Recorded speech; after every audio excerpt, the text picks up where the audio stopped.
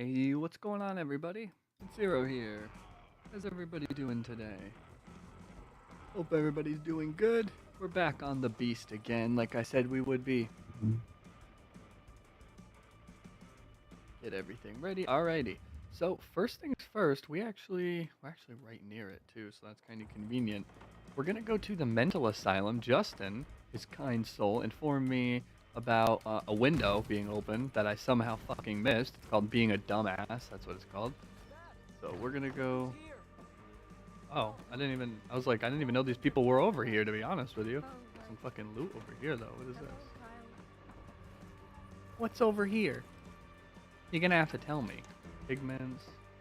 A pitchfork. I don't really need that. But thank you. Thank you so much. Alright, we gotta get onto this island right here. Try to sneak around the side. I believe it's like right up there. Like, do I have the pitchfork? I do. I got this scythe. I was playing a little bit last night after. I just went around collecting some stuff, that's all. Just went around and collected all this, some more scrap stuff. Since we're going to need so much to upgrade all the blueprints and all that. Also more manuals and all that, of course. The scythe is pretty fun to use, though. I just kind of wanted to use all the different weapons and all that, too. This music plays every single time I join the game, I swear.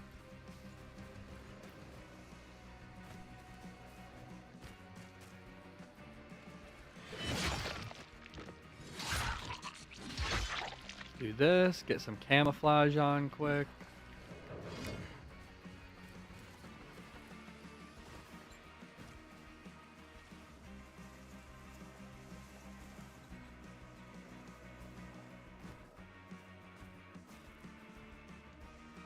Hold on.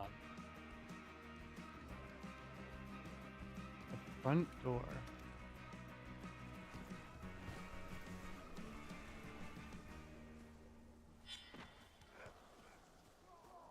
Dude, I don't see a window. I genuinely don't see a window.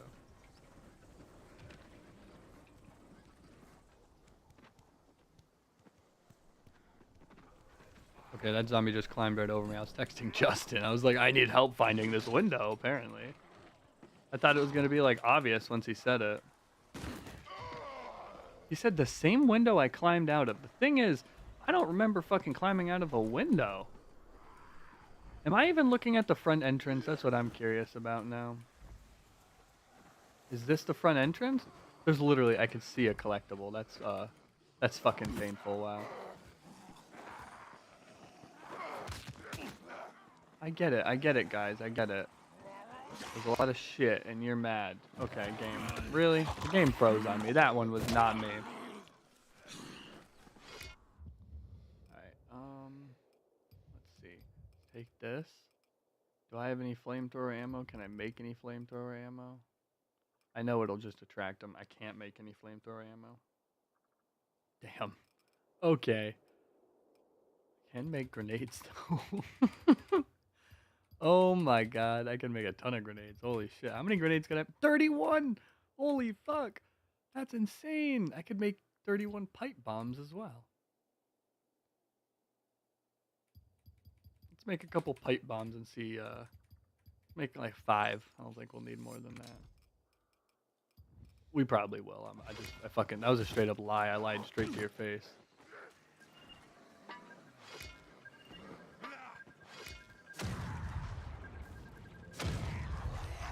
Those guys are dead. Now we're gonna get a ton more charging at us.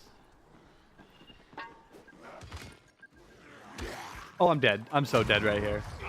Not actually. That's kind of wild. Alright, I...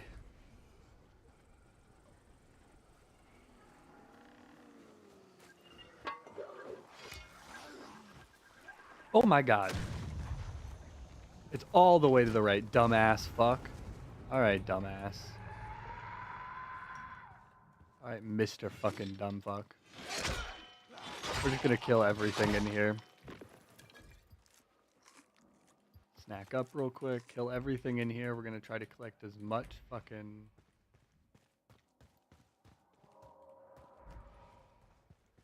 Oh, we already found 2. All right, we're gonna read these afterwards.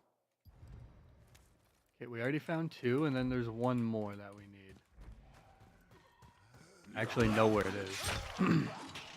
No, I did not watch a video. Just saw it through the wall from outside, so I knew it was in the front door. Oh, fuck. Oh, fuck, this is it.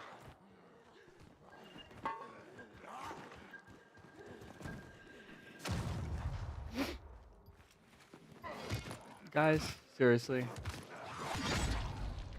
I need to get this collectible before I fucking die. Oh, wait. What am I doing? What am I doing? What's wrong with me? Oh, God. What am I doing? Hang on, hang on, hang on. Get this.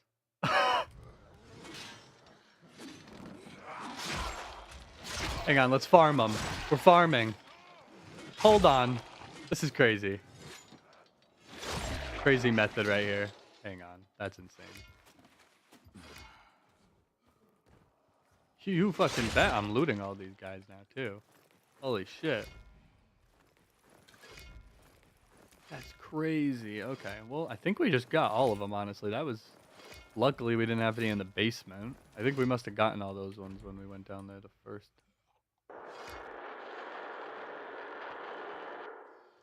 Oh, okay. That was a pleasant sound. I loved that. I loved that. Alright, so that's all the collectibles in here, is it not? Let's see. Asylum Patient Records. Alright, well, that was fast. That was a lot faster than I thought it would be. Alright, so steak tartare. Let's get this one ready. Steak tartare, do we have that? We do. I think that's the last one that we got. Alright, let's see what the next one is. Alright, strawberry pasta. Do I have strawberry pasta? Justin mentioned we should make videos on this. Me and Justin should do a collab and make some fucking... What are you looking for? I found the window already. I got all 3. I needed 3, and luckily I only needed the ones that were on the first floor, so I found them really fast. Sorry, I couldn't find the window. I'm such an idiot. Once I saw it, I felt fucking stupid too, because it's just an open window. So obvious too. All right, we're going for... We're on the recipes now. I appreciate you coming in though to help. I texted Justin and I was like, hey, I can't find this window. All right. Yeah, I just needed the one in here and then the 2 that were in the same room upstairs. So we got that done pretty fast. I don't think I can exit through the front door. Not that I really want to. Yeah, we've thrown too many explosions. It's too fucking loud.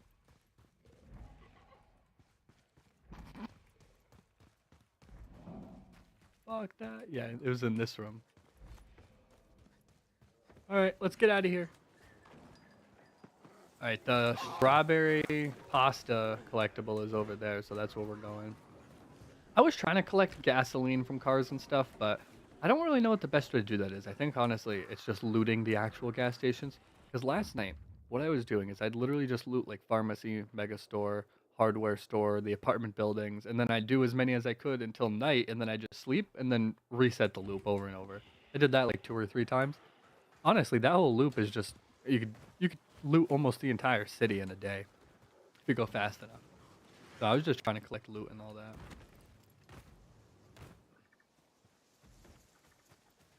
Gonna run over the bridge so we can actually stop at some cars. We're always running through the forest. That's why we can never get gasoline too. We never even search the cars. Never even like think about it, to be honest. This is one with a trap, so we gotta be kind of careful.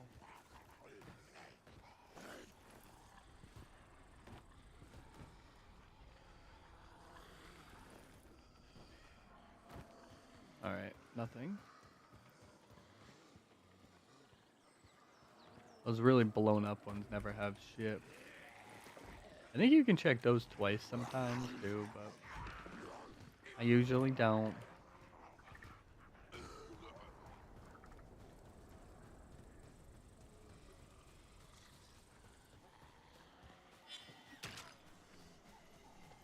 Holy shit.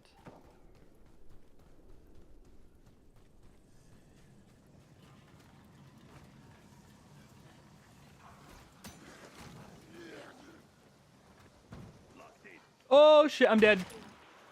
How'd you miss?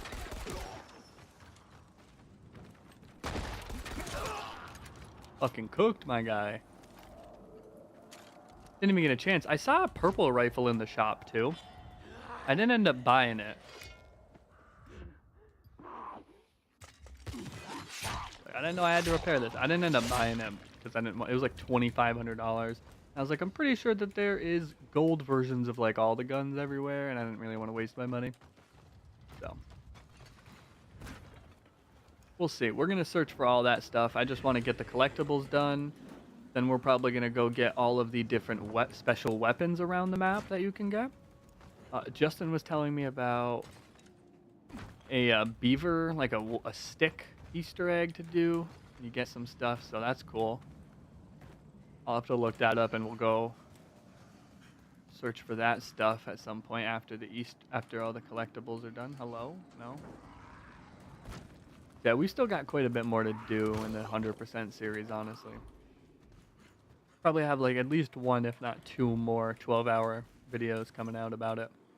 The next few will be spaced out a little bit more than those ones because those ones were just crazy and I had a lot of time to play, surprisingly.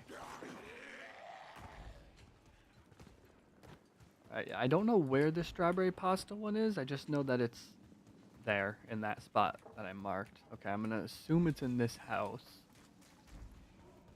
Open door, so probably, right?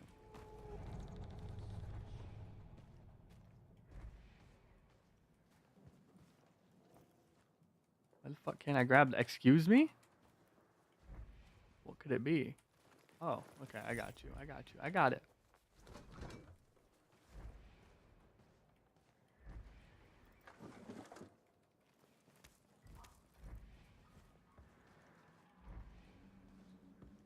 Like, sometimes they're on bookshelves.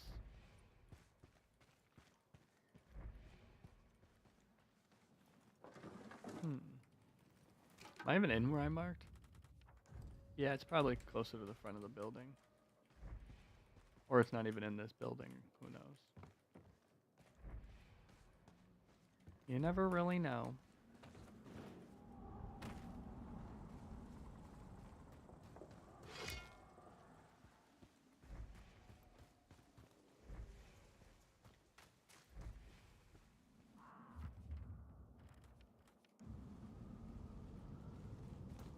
I'm sure it's this building? No. Not at all, actually. I'm not sure of anything. Fucking hatch here that looks like I should be able to open it. Perhaps chamomile. What the fuck is this hiding? Hello? Give me that. I want that. Hey, what is that? Scraps. I know it's scraps. I have so many, but I still want them. I don't give a fuck. Alright, no, it's gotta be... There we go. We got the scrap. What was that? Poppy? Feathers. It's gotta be up here somewhere or something.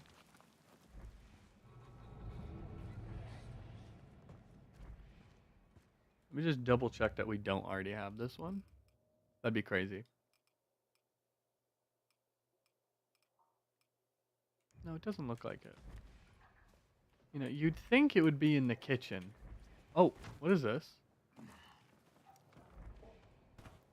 What the fuck is the point of that?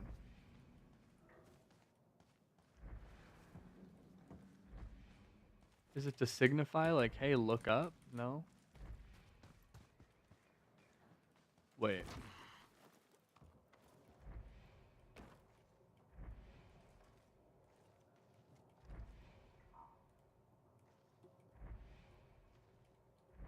What?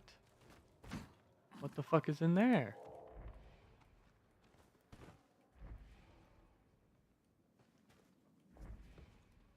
Alright, I'm gonna look at where it is so we're not aimlessly running around forever.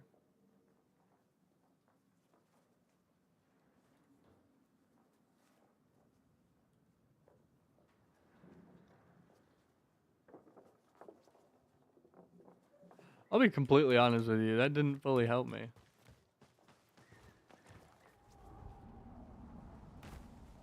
I think he's just over more. Yeah, there's another window. I'm like, he's in the exact same area. It looks like the same house even. Yeah, it's because it is. Probably in here somewhere.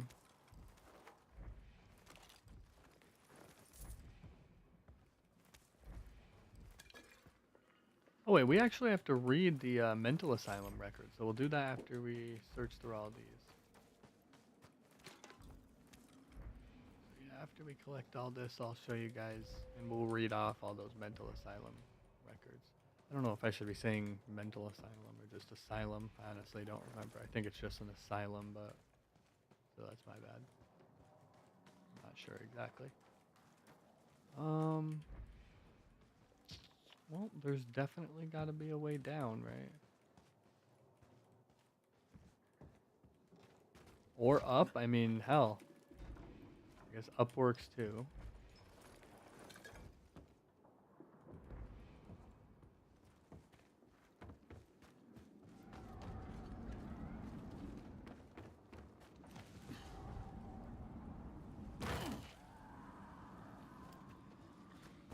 Let's check this one, because it looks like there might even be a separate house over here. Separate place to go in. Oh, yeah. This is the lower floor. Alright. Is this stuff inside the... How the fuck? What the hell? I don't know how I'm supposed to get that, but... Ooh, there it is. Strawberry pasta. This recipe seems piss easy, but it tastes different in every home. The key is to having secret formula. Dude, strawberry pasta? 17 strawberries.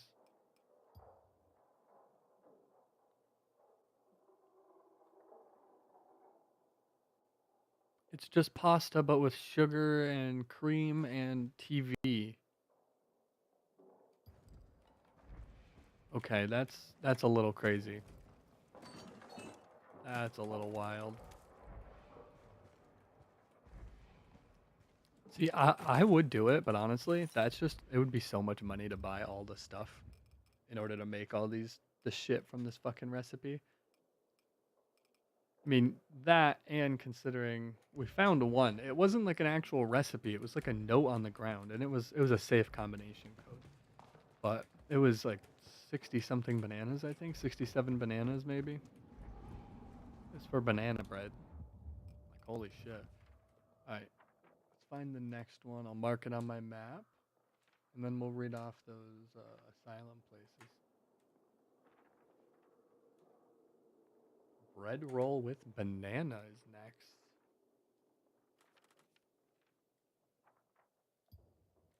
That sounds interesting. Is this one outside? Oh, it is. Okay. All right. Cool. All right, we're going to read these. Let me take a quick drink first.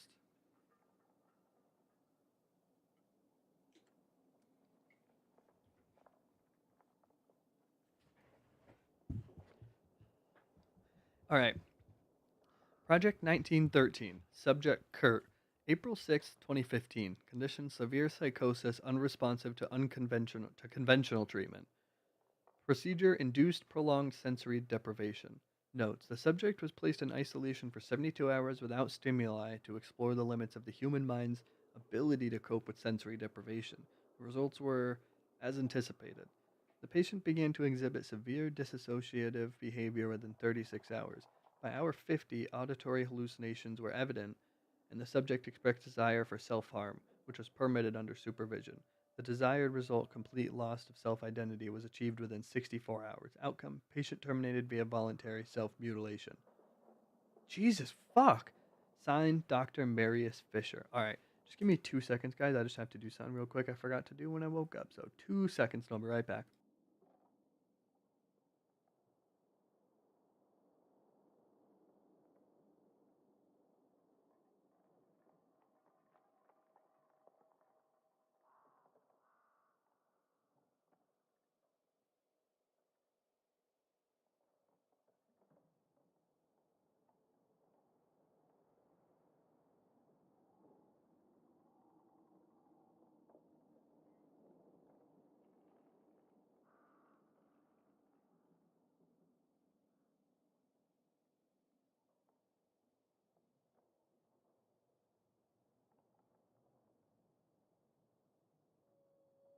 Alright, guys, we're back. Sorry about that.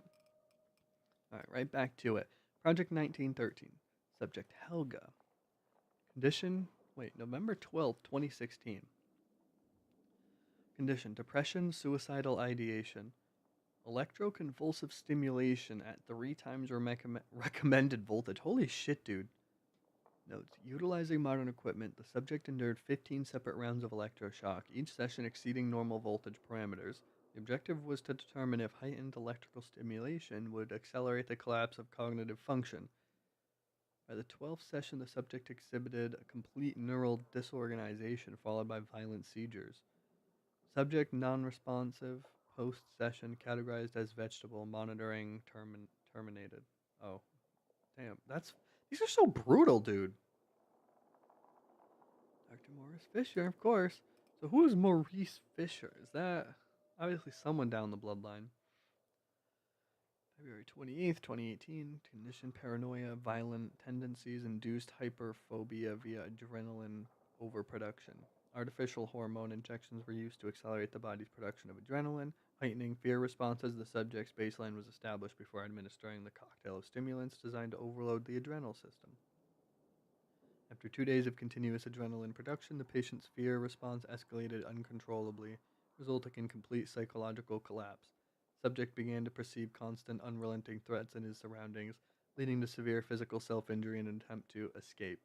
Outcome: subject expired due to cardiac arrest induced by overstimulation. So they've just been killing all these patients. Ingrid. September 4th, 2019. Condition, schizophrenia. Procedure, induced psychosis via sleep deprivation and stimulant abuse. The subject was kept awake for a continuous period of 96 hours with the aid of intravenous stimulants. By the third day, auditory hallucinations were prominent, along with severe anxiety and loss of coherent speech. On day 4, the subject's cognitive decline was accelerated by administering a mixture of stimulants and hallucinogenics, which led to visual and tactile hallucinations. Outcome: the patient exhibited signs of psychotic breakdown before undergoing convulsions. Subject declared brain dead shortly thereafter. Got subject auto. March 22nd, 2021. Treatment-resistant depression, suicidal ideation. Procedure, forced isolation combined with neuroplectic injections? What the fuck does that even mean? The subject was placed in total sensory isolation with an intravenous line of neuroplectic agents. The goal was to observe the effects of neuroleptics, not plectics, neuroleptics, in combination with complete isolation on the subject's mental state. After 48 hours, the patient exhibited severe catatonia, which persisted despite attempts to break isolation. Subject's psychological deterioration was rapid, and within 72 hours, the individual became entirely non-responsive. Outcome: subject removed from isolation, terminated after no neurological activity. Damn, okay. Dude, so they've just killed them all. Okay. Fantastic. Everybody's just been murdered here. June 16th, 2021. Condition, delusional disorder? Chemically induced hallucinations and psychosis. The subject was exposed to a synthesized compound designed to amplify her existing delusions. Over a course of 3 days, increasing doses of hallucinogens were administered until the subject was no longer able to distinguish reality from fantasy. The most interesting result occurred during the final session, where the patient began speaking in fragmented sentences of her past lives. The neural disintegration was near total by the time the final dose was administered. Subject lapsed into permanent psychosis, declared unfit for further testing. Dude, holy shit. That's so fucking brutal. Alright. Fuck, man. Okay. We're gonna go get this bread roll now. After reading all that. It's like over here somewhere. Yeah. So let's go find all that. I'm not sure where it is, to be honest, like specifically. But what I do know is that there's probably a bunch of gas right here we can steal. We're gonna at least attempt. It's always on this side is what I noticed. Like real cars don't always have it on that side, but you know. My car, for example, it's on the other side. I think that's why I try to go for the other side all the time. But it's always on the left side in this game. Nope, didn't mean to do that. Shit. Like, run! Oops. Wasn't me, I swear. I swear I didn't set that alarm off. Totally didn't do it. Have some snacks along the way. Snacks along the way. Some snacks along the way. You guys think we should end up doing the races? I'm not too sure about it, honestly. I've been doing them as we go, but they're not, I don't think they're required for like 100%, so.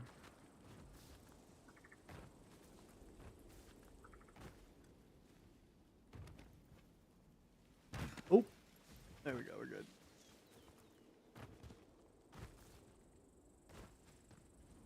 Whoop, whoop.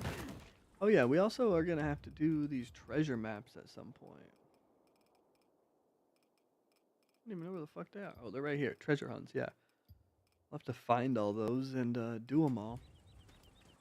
See how that ends up going.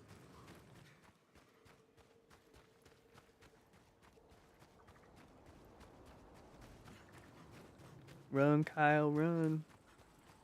So where is it exactly? Oh, it's like right over here.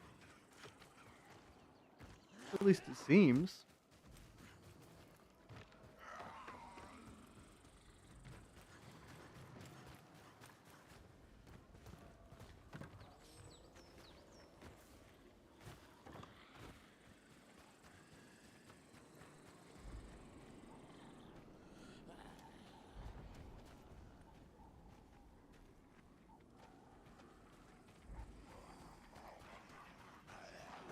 Oh, it's right here. There we go. Bread roll with banana. Winning duo. If you're ever wondering what to snack on to conquer mountains, discover the legendary treat of Polish ski jumpers, the bun with banana. What? This duo won their hearts faster than they won a gold medal. This recipe is simpler than the climb up that. Take a bun, insert a banana, and you're done. It's the local hot dog with a tropical twist. Where did this trend come from? The idea was suggested by a psychology doctor. I don't know how that is pronounced. Who noticed that a banana is like a power bank for hikers. 26 grams of carbohydrates, vitamin B6, potassium, magnesium, and antioxidants. And the bun? It's not just a crunchy addition, but also provides 46 grams of carbs in each perfectly round piece. Next time you hit the trail, leave the heaps of energy bars and chocolate at home. Follow the path of champions because a bun with banana is a recipe for peak performance. Okay. No, I'm not gonna do that. No bun with banana for me, please. I just don't want it. Okay, do I need this one? I do not need that one.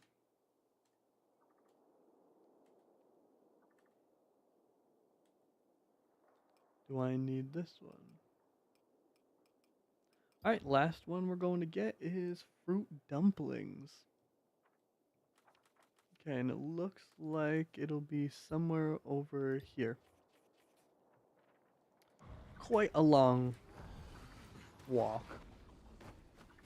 That's all. That's all. Quite a long walk, it is indeed. That's alright. That is alright. The Pink Pony Club!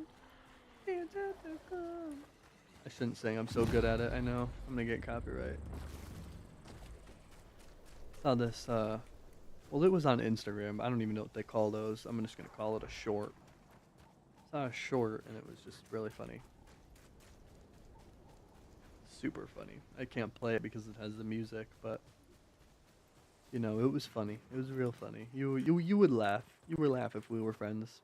That's funny. I bet you there's some shit in this house right here. I've probably already been in this house. Yep, I have. I already recognize it. I want this drink though. Dude, get away from me, you freak.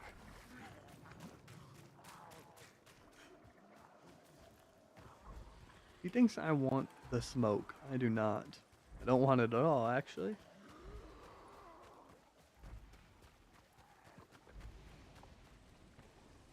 There's a lot of those explodey boys here, huh? This is Explodey Boy Island. That's that place that we fought the Chimera on.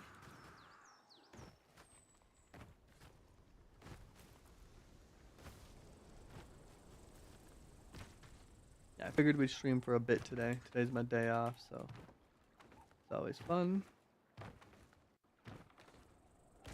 Not sure how long, but it'll be an amount of time for sure. A singular amount of time, not plural. Well, no, that doesn't make sense actually, because it could be like hours. So never mind. Maybe it will be plural. I don't know. I don't even know what the fuck I'm talking about.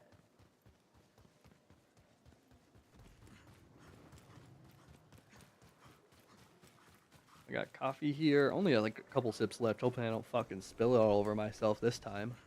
I also have a backup in the fridge. And then I have apple cider, guys. I love apple cider. Who's down there?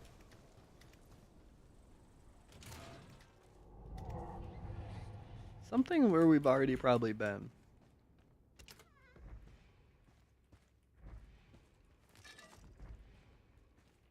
It's making me feel uneasy, though. I think it's that light. I don't like flickering lights. I was considering playing different horror games and stuff, like, what is it? What's the game? What's the fucking game? Silent Hill F just came out.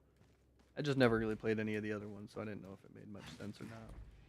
Dude, where am I? 'Cause this isn't like a dark zone.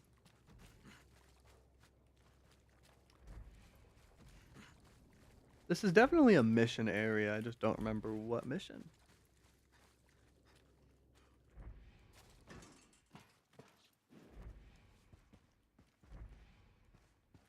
Am I?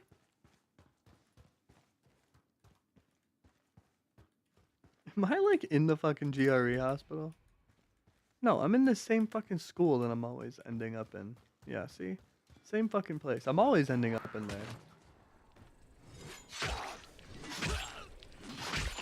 Like something's wrong. Yeah, you're dead. That's what's wrong. Oh my god. Oh my god.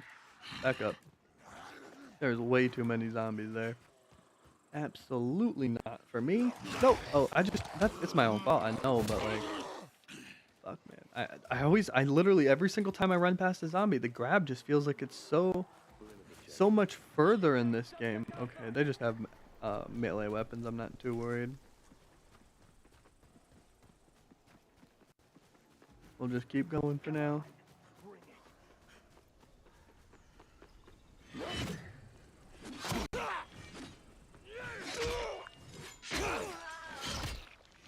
See, now you got one leg, so you can't even run away from the zombies if you weren't dead, but you are dead, so that's unfortunate. See, this is the place to be right here if we want to just get gas.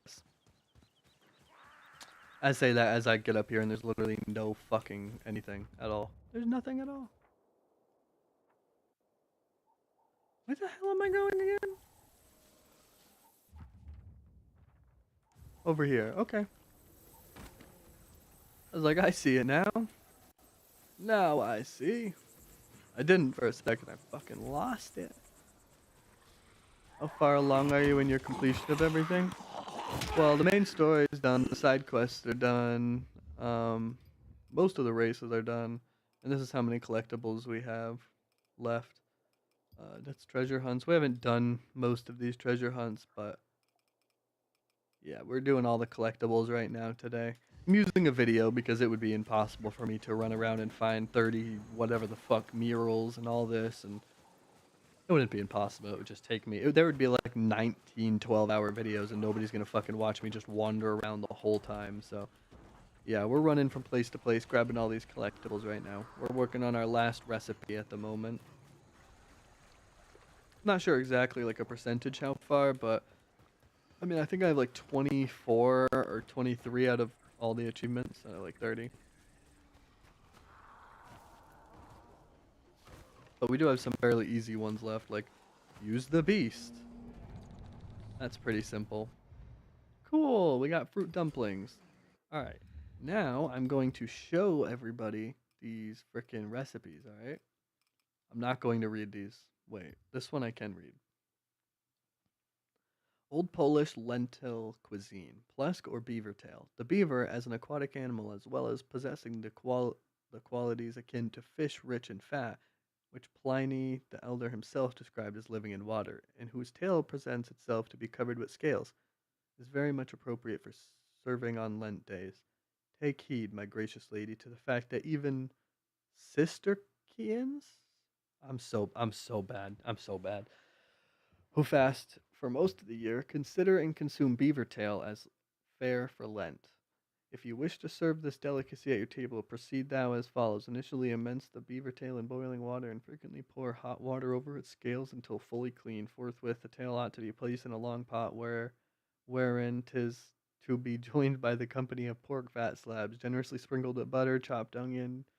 Okay, the rest of this is just a recipe. I'm not gonna finish that, but if you want to make that, go for it. If you want to make that, go for it. This one is literally just a recipe for the most part. So I'm just gonna scroll through. This is literally just so people can read this and do this if they really want. Like I know that's unlikely. I know that's like super unlikely, and people can just look it up. But these are interesting. Feel free to pause and read these ones. In case I forgot something, ask Amelia. She might remember it better. Or look through my old notes in the kitchen. I think you'll find something there too. I think we found this one with all those like a billion different notes. This is strawberry pasta. We kind of read through this one earlier. Little weird, little weird. What's this? Blood sausage. Oh, I think we did read this one. Yeah, we read this one for the most part, and until it turned into a recipe, and we just read this one too. That's cool. All right, why is that one? Okay, steak tartare. Kidding me? What was that tartare you served made from ground beef? Is this a classy kitchen, not a school cafeteria? If I see a grinder near the tenderloin again, I'll break your fingers with a saucepan. Oh God. Okay, you do your thing, buddy. That's. Oh, wait, I don't know if I showed the recipe. Here we go. That's the recipe.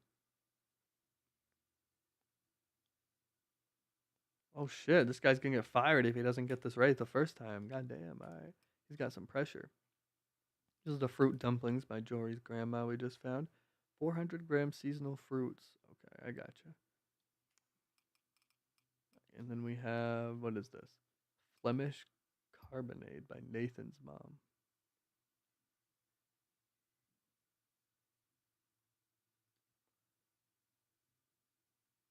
Make it a day ahead. It tastes better reheated. Alright, alright. Thanks for the tips, Nathan's mom. Yo, yo, yo. Get away from me. Back the fuck up. I said back up. Hey, I told you to get away. These fucking people never listen.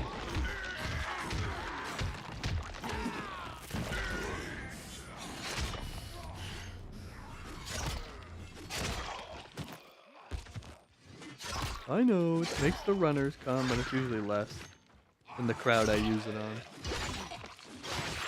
Oh, okay. Now we can loot.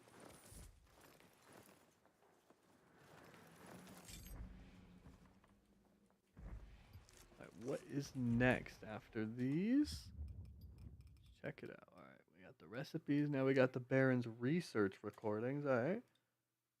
So let's check. Let's find in this video where this is at.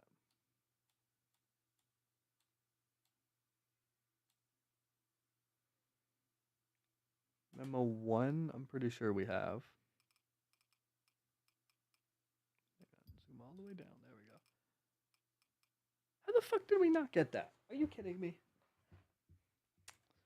We didn't loot the goddamn Chimera battle? Like, what a fucking idiot, huh? What a fucking goddamn idiot. Alright.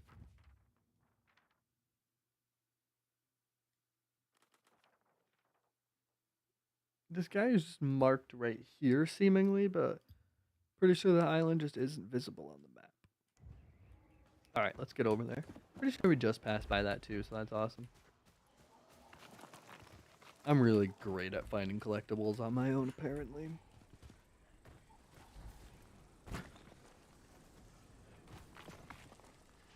Okay, sorry. That looks like something I can get through. Probably is.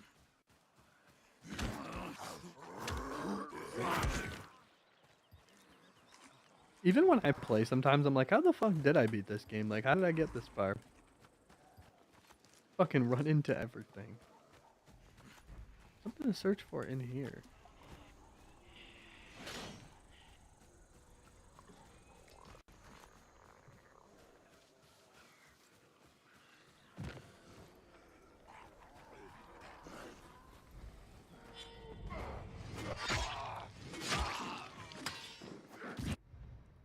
There's a package waiting to be picked up next to the Nate Market. There's a locker code. Alright, I'm gonna take a picture of this. Not of myself. Take a picture of this. That way, if we need it, I'll have it. It was nice that I put my thing right in front of it so I couldn't really see my cursor.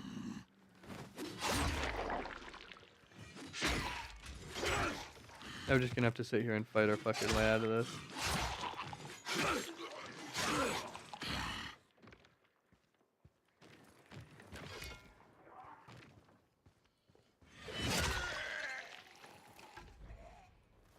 Hey, we got a lot of loot now. Hooray. We love loot.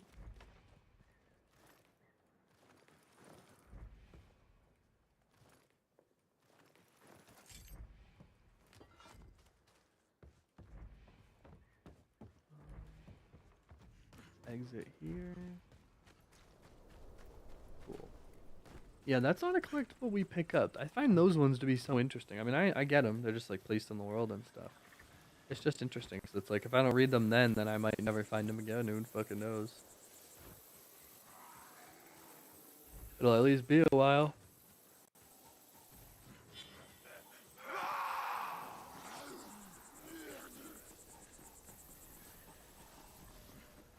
Look at us, pro weaving. Did somebody say weaver?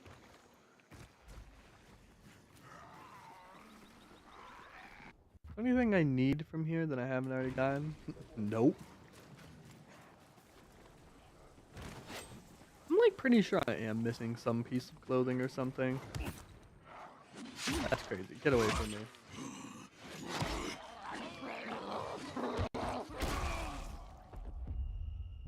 Wow, that was my first death in quite a long time.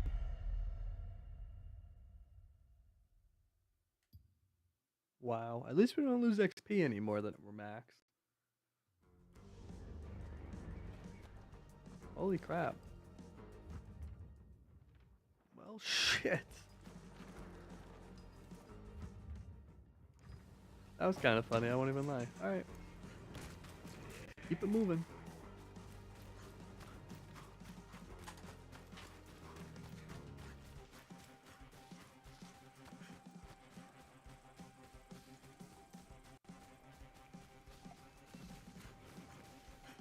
Hiya! No more legs, sorry. Can't move.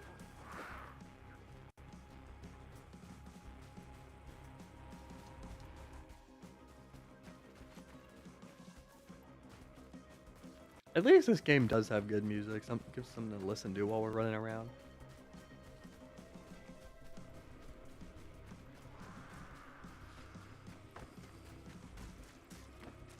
Yeah, I don't even know how we missed this, to be honest. I'm pretty sure it's just on this island. Oh wait, we weren't at it before, were we? I can never fucking... My memory's so bad.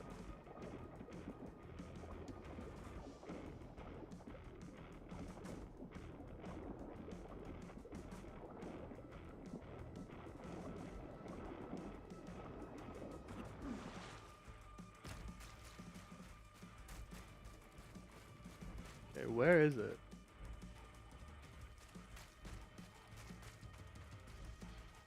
Hello?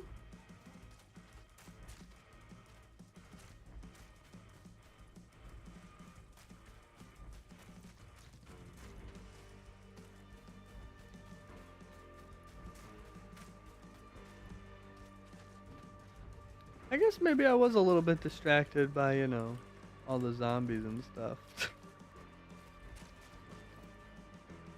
Where the fuck is it though? Seriously, I actually don't know.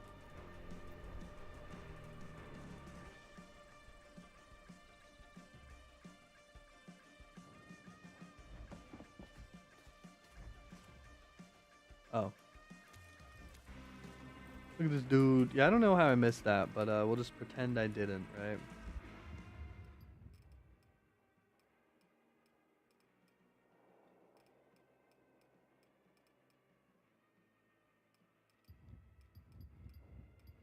Alright, we're actually gonna wait until we finish it, and then we're gonna listen to him, like, while we loot or something, maybe. So which ones do I have? I have 1, I have 2. I need, like, 3, 4, 5.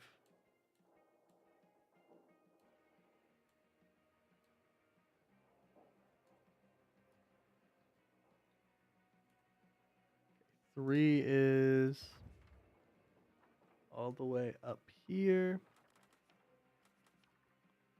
Looks like it's in that house. Alright, so really fucking far. Cool. Maybe we can listen to him on the way. Oh wait, I think I turned this up. Yeah, I did. Alright. Turn it down again. Speech is up. I could listen to him now. I'm just gonna listen to him right now. I gotta replay him.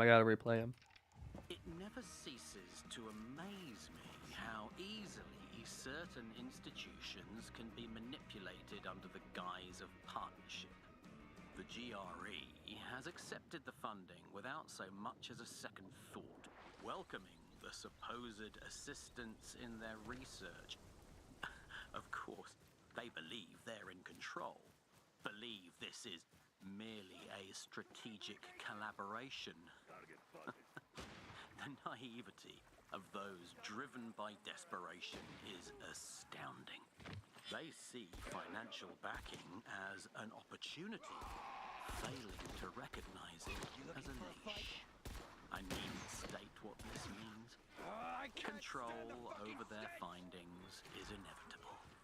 Their research will soon belong to those with the foresight and vision to wield it properly. Alright. So he basically, the Baron invested in them, in GRE, but it is just completely manipulating them, right?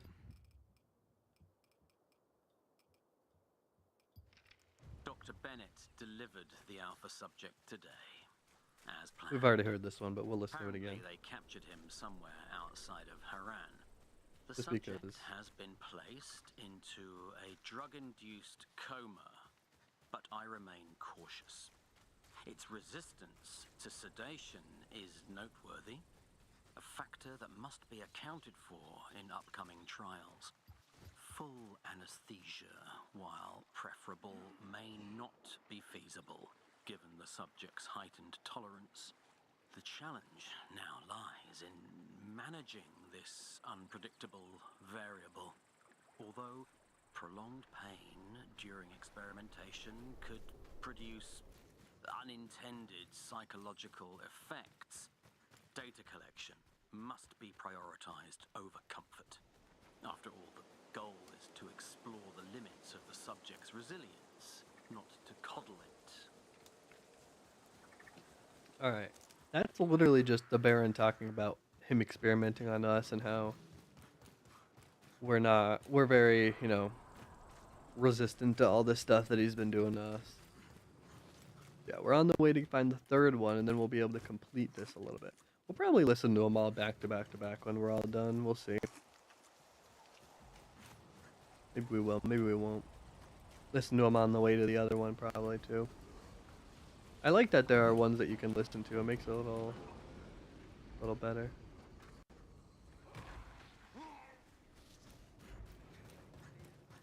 Oh, I hear people, but I'm not helping you. Sorry. Oh, I saw something. I don't give a shit. Oh, I don't care that you saw something. How much further? Quite a bit, honestly. Quite a bit.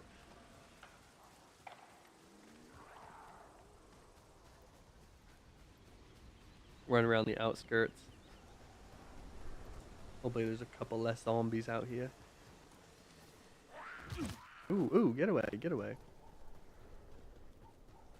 That guy's getting ripped apart. Oh, well, we couldn't save him in time.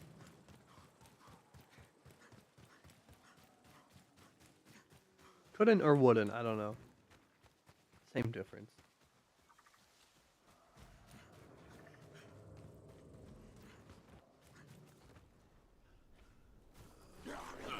Woo!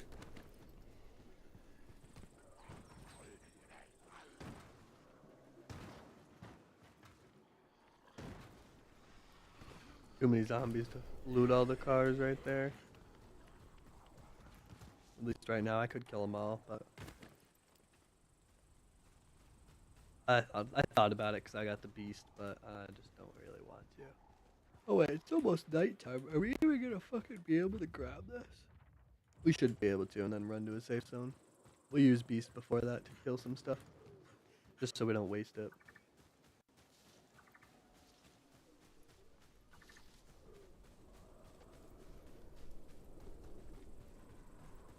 Maybe there'll be some stuff to kill him here, you never know.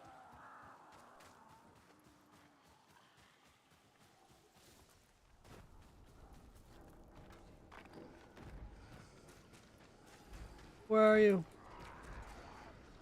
Maybe there'll be some stuff to kill. Hang on, we gotta build up this fucking beast real quick.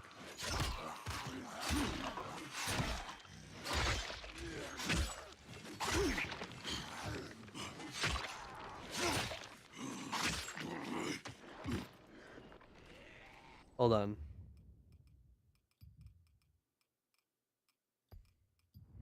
We should be able to create at least one, yeah, okay.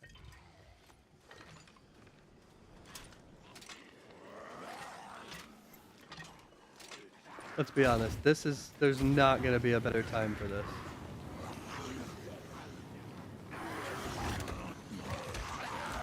Get away, get away, get away!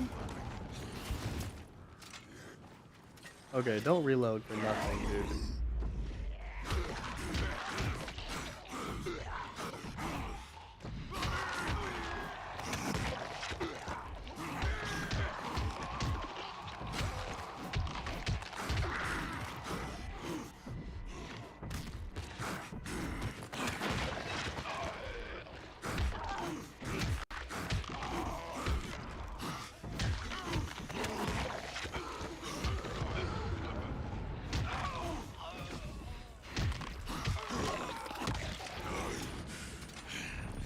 I'm like, nope, get that away. Alright, we're normal again.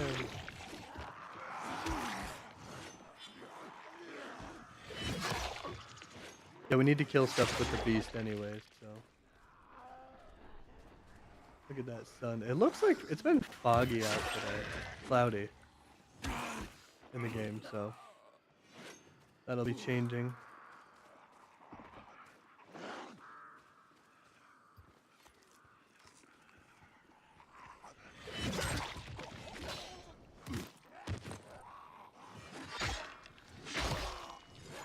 I like this weapon because of how many zombies it actually can hit. Dude, really? Heck off.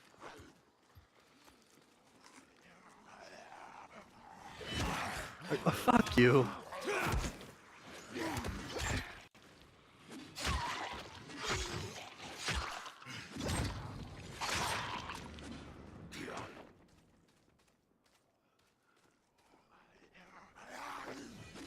Like, this is like the only guy left, so.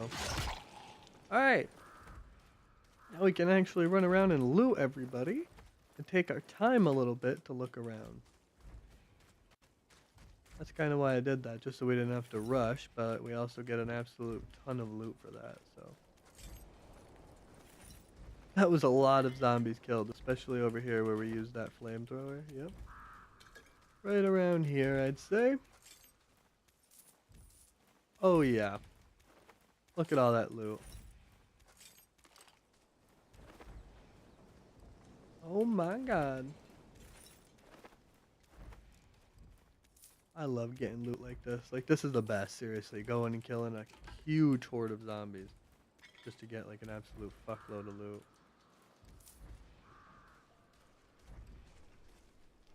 Can we get any of these cars? Probably not.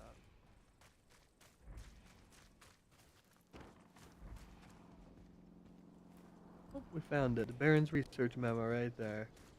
Alrighty, it's starting to, the light is starting to die. I believe that's one of our safe zones right over here, so gonna head towards here.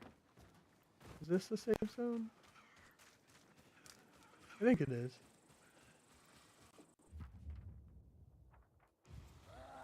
Yeah, it is. It's also the one on the mountain thing right over there. We're gonna go over here.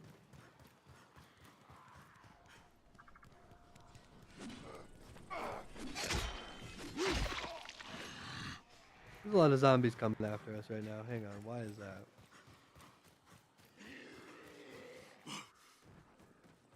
Like, hold on a minute.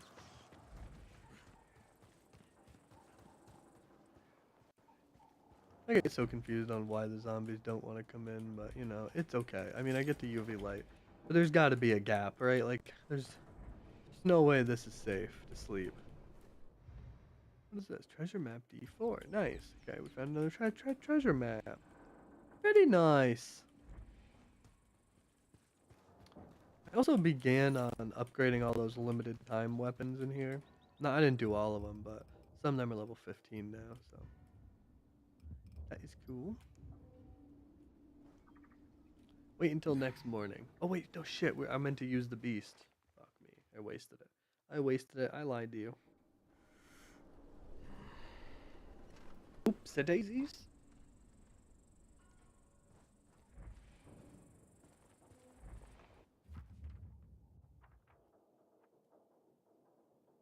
Alright, now we gotta find the next one, number 4. Look at this video quick. I got an ad. Well, gotta bear with me here. I don't have YouTube Premium.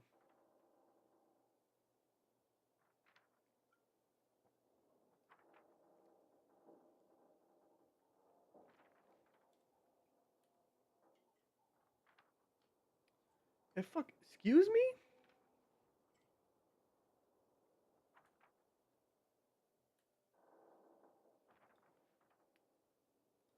Oh, I see where it is.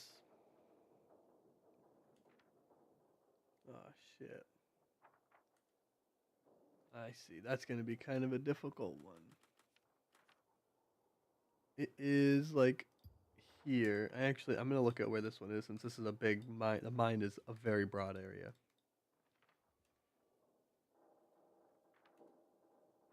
I kind of see where it is. Okay. We got a long way to run anyways. So let's queue up the Barons. Where? The Barons research recordings. Let's queue up number 3. Yeah, we have 6, 7, 8, so let's queue up number 3. The latest series of gene therapy trials has proven problematic, to say the least. Using Alpha's DNA, the subjects succumb within days after the procedure. The mortality rate is disappointing, but not entirely surprising. It appears the current methodology is flawed. However, the gas trials have yielded far more intriguing results. Early indications suggest we may be able to influence and control the subjects to a partial degree. This requires further refinement, but it is promising nonetheless. Death remains a consistent outcome in these tests. Nevertheless, every failure ultimately yields another success. The failures are useful data, nothing more. Alrighty. That was kind of a short one, but... Whoa. Looks like a lootable place, but probably just not set up with people. Or I've already killed them for all I know.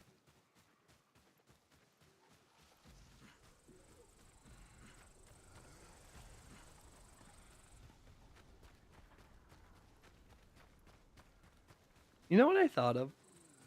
Whenever I think something like, how did this zombie get here?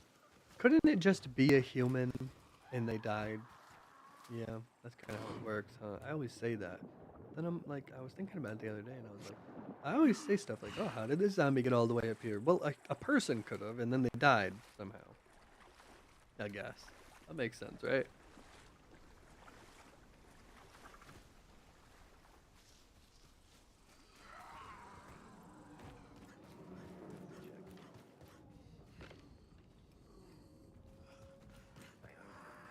Oh god, okay.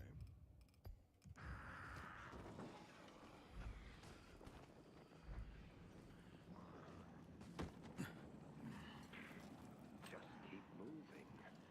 Hold your ground. Don't mess with me.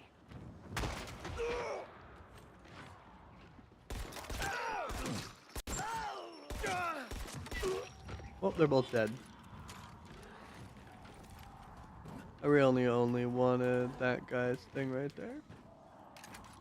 This marksman ammo, that shit's expensive. Ooh.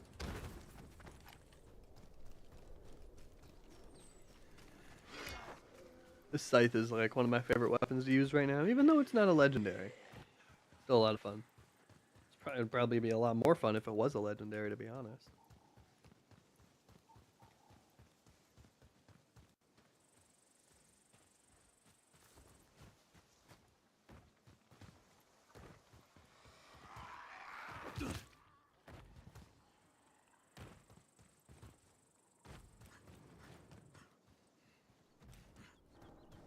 I can't get over this game's graphics. I really do like it. I mean, it looks a little bit better than Dying Light 2. A lot of people have been commenting, like, don't compare it to Dying Light 2.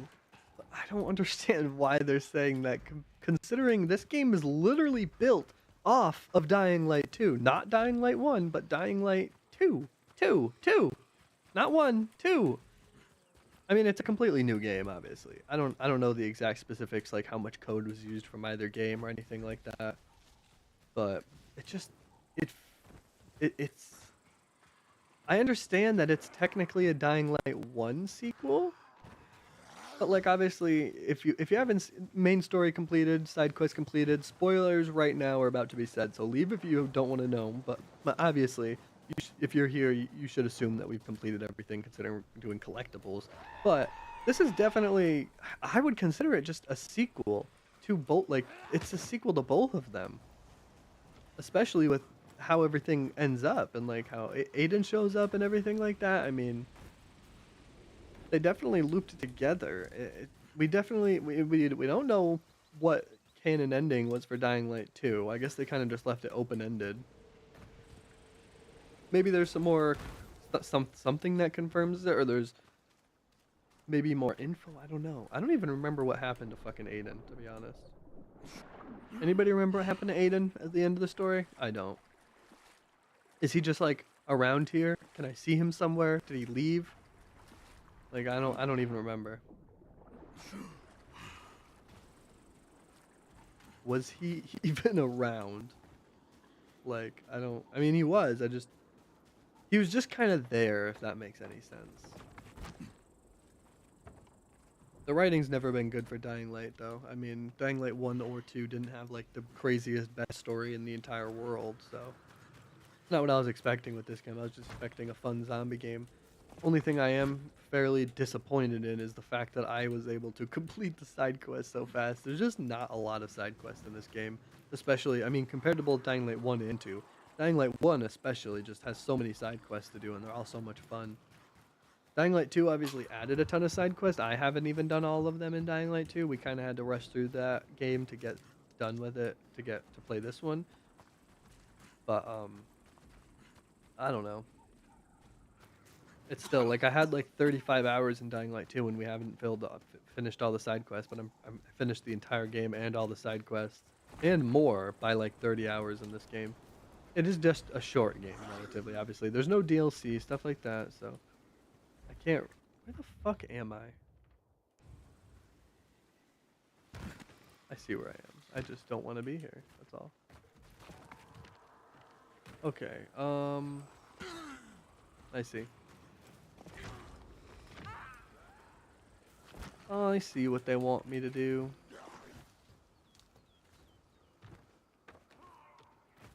Oh, fuck. Actually... I did not see that coming. They wanted me to wall run into that. Damn, okay. I probably already did that too, which is the craziest part. All I'm doing is getting to a place that I've already been, so I don't know if this is even the right fucking way. I don't remember. I never do. I never do. Probably is.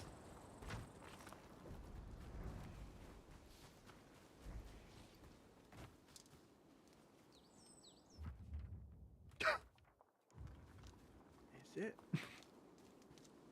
Yeah, actually, I think it is. I do remember this part. I think this is the only way you can even get over here. To be like completely honest. Go lower, go over, and then we're gonna have to go higher again. Unbelievable, Dying Light. I can't believe you're making me do this. Unbelievable. I have to play the damn game. This is unreal. Unreal Engine.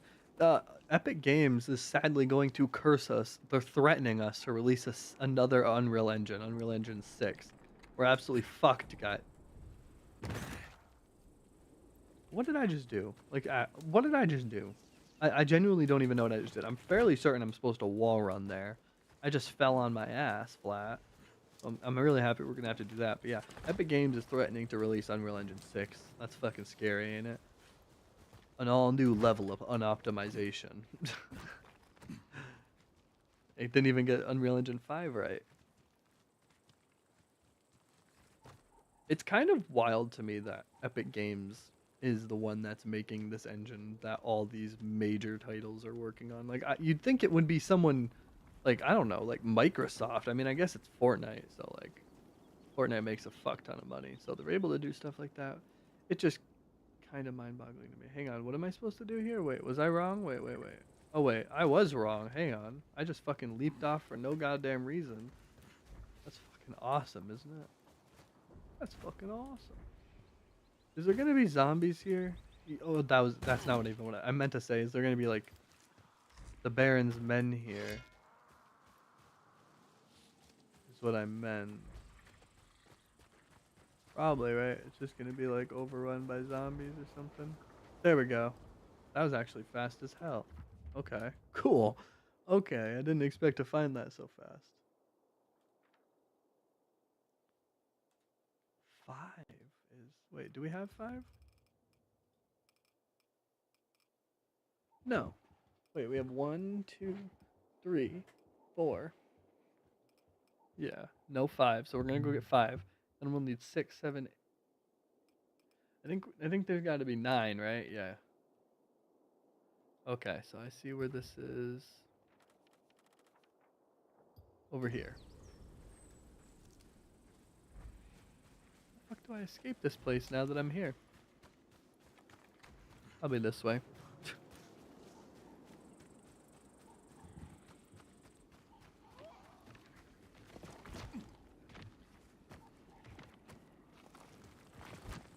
Whoa.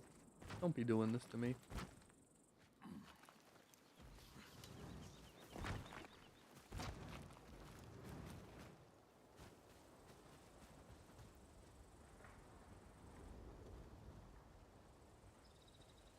Oh, well this is just, I can fall.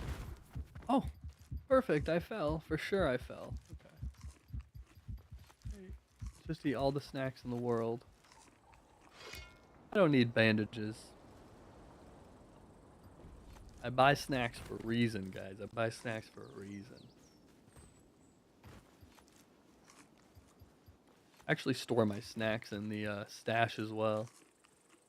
I like stacking up my stash. I don't know why. I don't know why I do that. Like I jump higher just to give myself more possible damage. Isn't that such a good idea? It really is. Okay, zombies, you guys can have that. I don't want it. Hey, oh, fuck you. You know what I want to do? I do want to kill that backpack zombie. Well, now that I see him. That's lame. Okay, we're not doing it then. I don't need this backpack zombie that bad. What I do want to do... How many of these can I make? 162. Fuck. I'm just going to make 25. Oh, 50. I made 50 throwing knives. That's just so I can stab the fucking zombies that are annoying me. Is it me? What? Did they just say, what's that smell towards me? What the fuck? I feel like there's more over here, right? There's got to be more to explore. There's got to be. Where am I going? I don't even know how to really get here. I think we just gotta kind of go this way. Maybe this way. I don't know. I'm just following my instincts here. The beast instincts.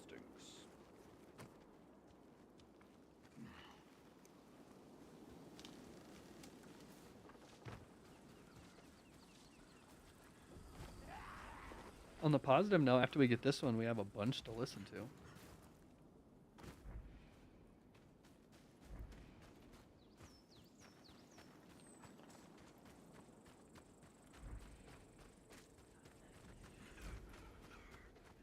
Falling rocks. Okay. Walk's like in a really good spot to have rocks fall on me. Okay, it's around here somewhere. How did I not find it?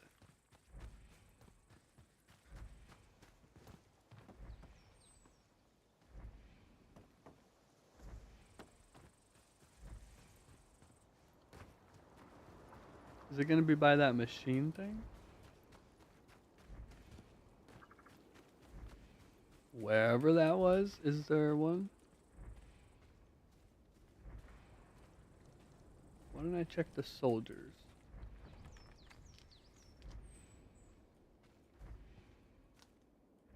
I thought that dandelion was it.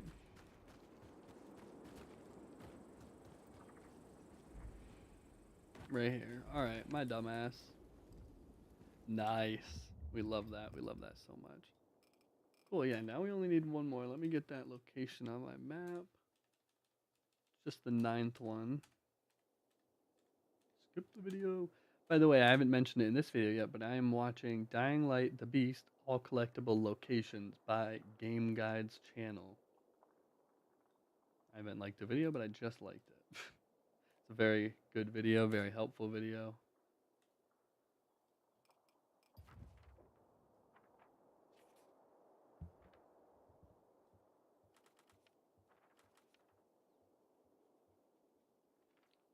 Looks like we got to go all the way up here. We actually haven't explored that part of the map yet. This guy's got it more explored. That's why I'm like, I don't even know if I've been up here. Oh, wait. No, we have. We have once, I think, for the mission. All right.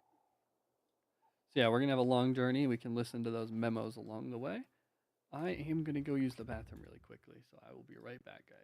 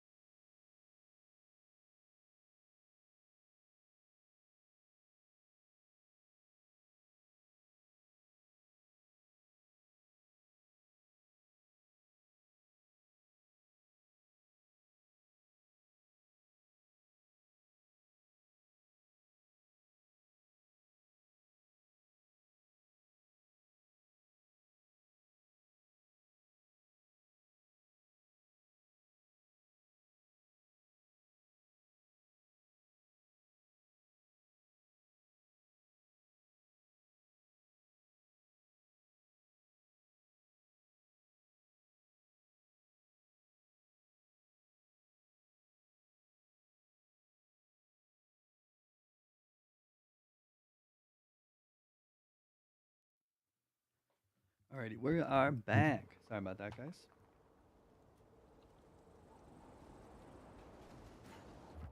Alrighty, where are we going? All the way up here, yep. Okay, now let's start listening to these recordings. We were on 5, right? 4? At last, a significant breakthrough. The cellular production of... I'm pretty sure we just listened to that one. Despite repeated efforts, we have not yet succeeded in replicating the level of cognitive retention observed in Alpha. Fascinatingly, Alpha retained a surprising degree of emotional and cognitive response throughout the trials. Anger, fear, even rudimentary problem solving. This remains the most intriguing aspect of the experimentation. It's clear that further integration of Alpha's neural patterns is required to imbue the chimeras with a level of awareness beyond their current limitations. Achieving this would open entirely new avenues of control and refinement. We're close, even though the key to unlocking that final piece still continues to elude us. Alpha's suffering has already unleashed a way forward on the physical front.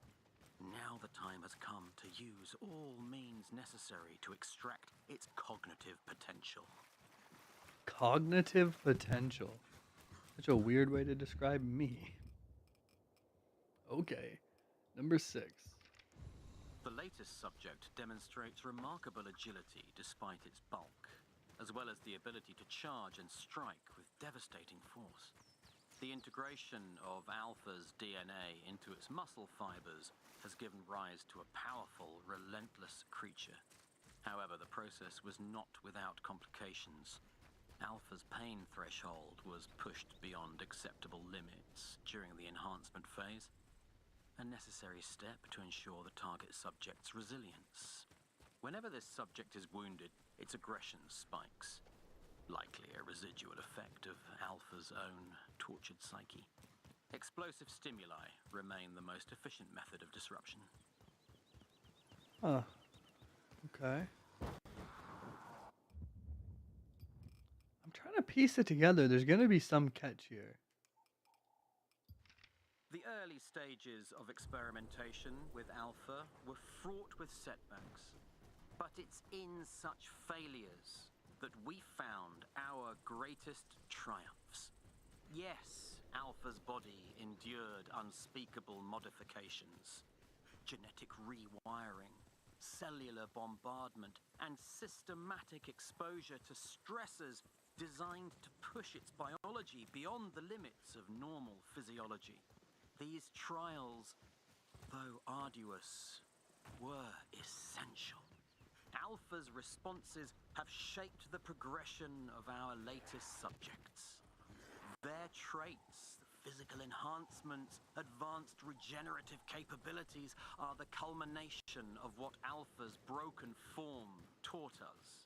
Each subject is a testament to the process that began with Alpha. That's kind of crazy. So Kyle's basically the reason why all these crazy fucking versions of these zombies and biters are out here now. Look, Kind of what wild. is that? Don't talk while I'm paused. The current generation of subjects owes its very existence to the pioneering work done on Alpha. Initial attempts to manipulate its DNA yielded inconsistent, often disastrous results. We learned much from Alpha's breakdown.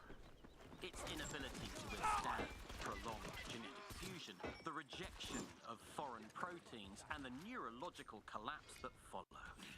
But through Alpha's suffering, we perfected the methods now applied to these newer subjects.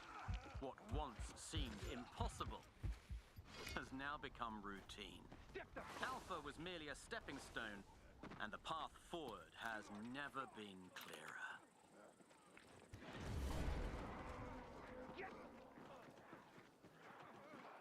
Kind of crazy. What a crazy fucking loop. Gonna dismantle all this shit quick.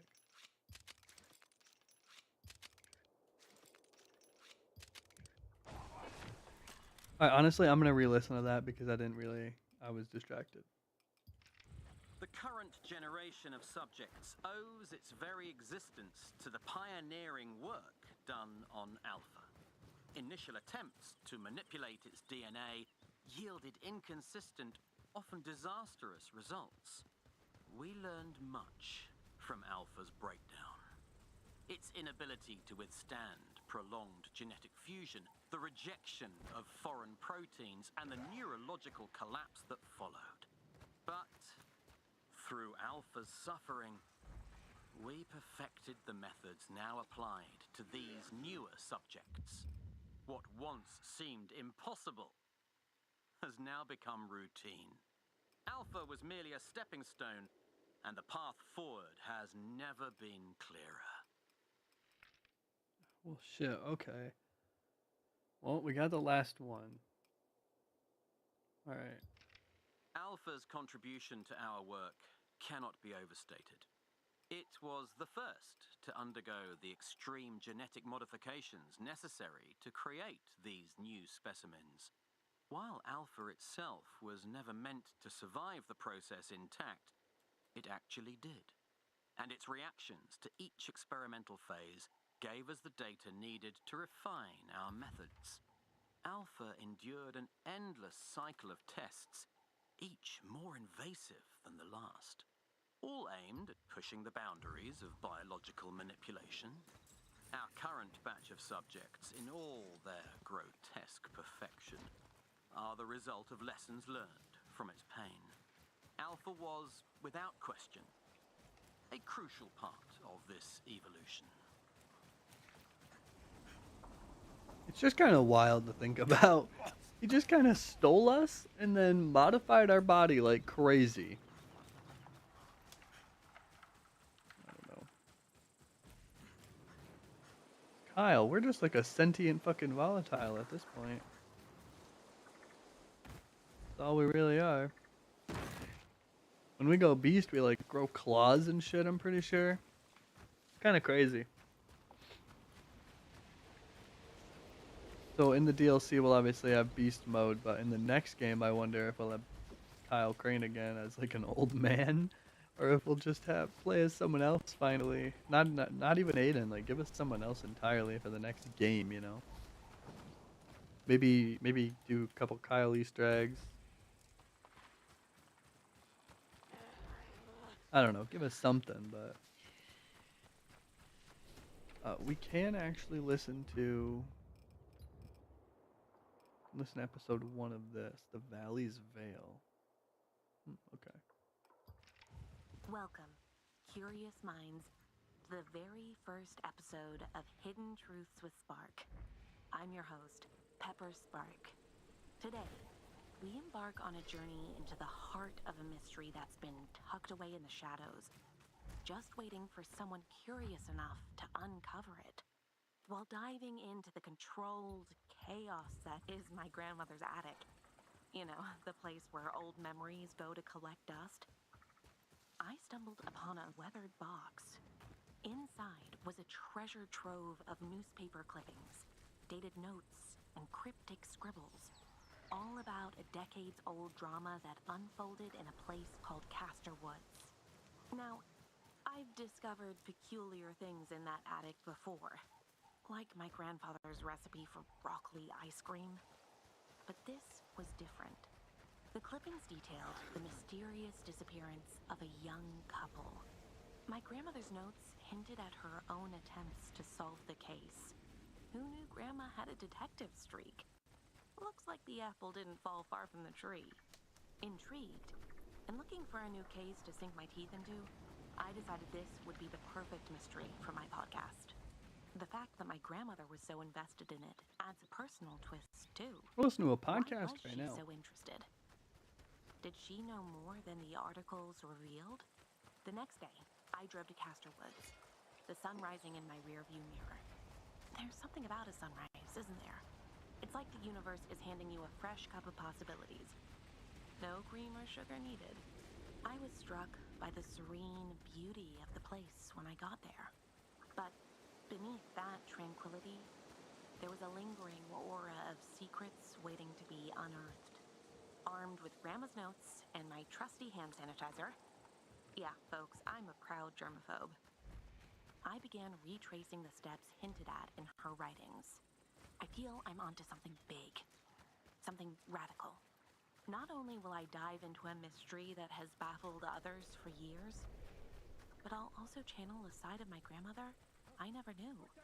It's exciting as hell. Yet there's also something eerie about it. Join me next time as I delve deeper into the history of Castor Woods and the enigmatic couple whose fate remains unsolved. Until then, this is Pepper Spark, reminding you to stay curious, stay human, Stay human. and don't forget to wash your hands. That's crazy. They name dropped the second game. They didn't say Dying Light, but they said Stay Human, just saying. But it's not a sequel to the second game. Anyways, we're almost at this one. I'm not sure where it is, but so this one's going to be interesting. It's like a little podcast series on cassette tapes for some fucking reason. Who knows why that's the case, but, you know, oh well. I won't question it too hard. Alright, we're pretty close. Let me check.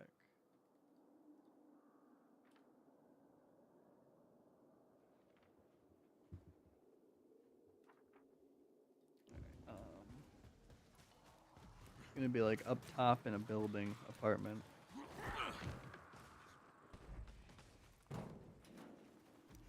Jump!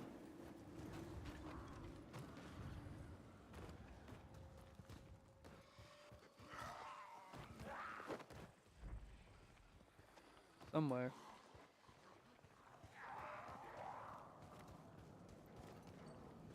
Gotta be up here, right?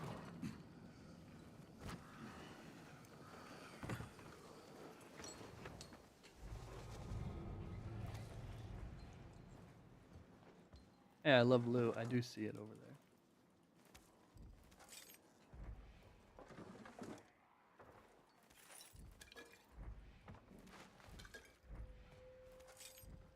Jesus. That's so crazy. Such a wild sight.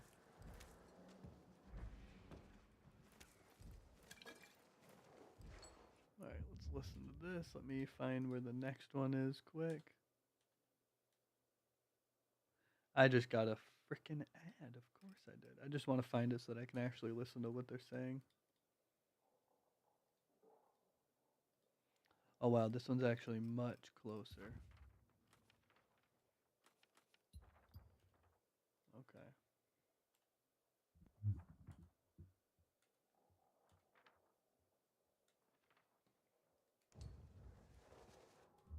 Let's get it on. Hidden Truths with Spark, episode 2.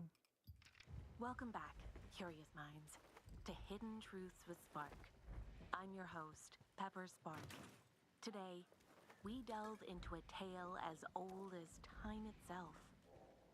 Family feuds and forbidden love nestled deep within the shadows of Castor Woods. Guided by my grandmother's meticulous notes, I set out to uncover the story of Greta Engel and Lucas Meyer, two star-crossed lovers whose fate has been shrouded in mystery for decades. I paid a visit to Mr. Wagner, the town historian, a man who seems to have one foot in the present and the other firmly planted in the past. He helped me begin to unravel the tangled history of the Engel and Meyer families. It all began generations ago, with a dispute over a stretch of fertile land bordering both family estates. Legend has it that a surveying error, or perhaps a not-so-innocent act of boundary shifting, sparked tensions. What started as a quarrel over property lines escalated when prized livestock from the Engel farm went missing, only to mysteriously reappear on Meyer land. Accusations flew fast. Then came retaliations. Crops damaged, fences sabotaged, and an unspoken line drawn that neither family dared cross. Over the years, the feud's origin faded into obscurity.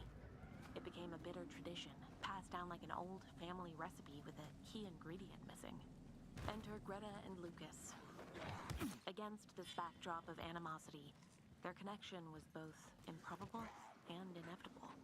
They met by chance, or perhaps by fate, at a local market. Love has a funny way of ignoring the barriers we construct, doesn't it? Their secret meetings in Castor Woods were gossiped about. Some say they plan to run away together, to live their lives free from the chains of their family's past.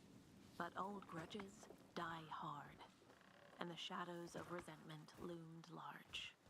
As I left Mr. Wagner's archive, sanitizing my hands, of course, after handling his age-old documents, I couldn't shake the sense of tragedy that hung over their story. How could a feud, its original cause long forgotten, still dictate the lives of those who had no part in its inception? Could the animosity between the families have led to Greta and Lucas's disappearance? Did their own faith stand in the way of their happiness? Or worse, play a role in their undoing? It's a question worth answering. Join me next time as I delve into another layer of this enigmatic tale. I'll explore paths that may lead us closer to the truth, or deeper into the shadows. Until then, this is Pepper Spark, reminding you to stay curious, stay human, and don't forget to wash your hands. Stay human. Alright, so these intros are going to take up so much of this, I won't even lie. Alright, let's get the next one.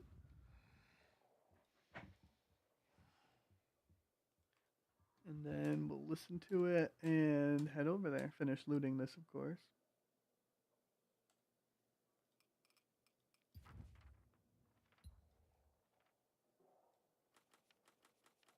The next one is here. Alright, cool. So yeah, we need 4. We have 5, 6. We're going to need 7, it looks like. So we just listened to 2, now let's listen to 3. Welcome back to Hidden Truths with Spark. I'm Pepper Spark. Today, we explore the possibility that Castor Woods itself holds the key to our mystery. I met with Dr. Eliza Hoffman, an environmental scientist studying the unique flora and fauna of the area. Over breakfast, the sunrise was spectacular, by the way.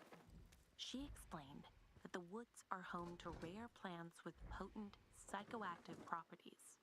She believes exposure to certain spores or pollen could induce hallucinations, disorientation, even heightened aggression.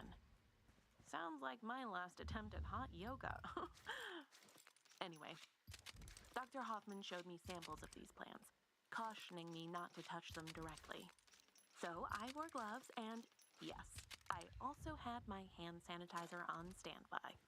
Did Greta and Lucas come across these natural toxins? Did they succumb to the wood's hidden dangers? Their minds turned against each other because of nature itself. I ventured deeper into the forest to experience it firsthand. Carefully, mind you. The air was thick, the atmosphere almost otherworldly. At one point, I felt a wave of dizziness, a blurring of the lines between reality and imagination. Maybe it was the spores? Or maybe just the lack of caffeine. After I got back, I couldn't shake the sense that those woods are a living entity, jealously guarding its secrets. I must admit, it made me uneasy. And again, perhaps this is just another piece of an increasingly complex puzzle. Join me next time as I look into supernatural legends surrounding Castor Woods. It'll be spooky, I guarantee. Until then, this is Pepper Spark, reminding you to stay curious, stay human, and don't forget to wash your hands. Where the hell did she... I don't even know. Okay. These are interesting and fun to listen to, though. Like, I want to know where she went into the woods. Where are these spores?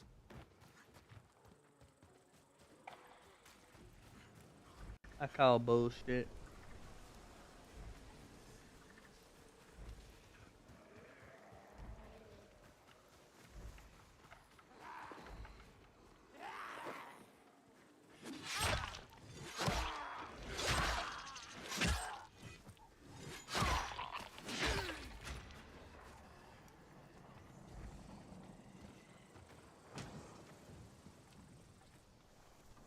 am I doing?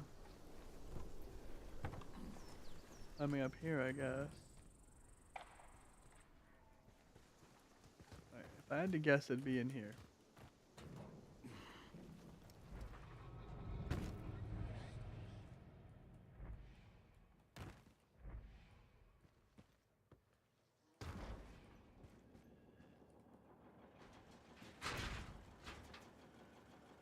Nice.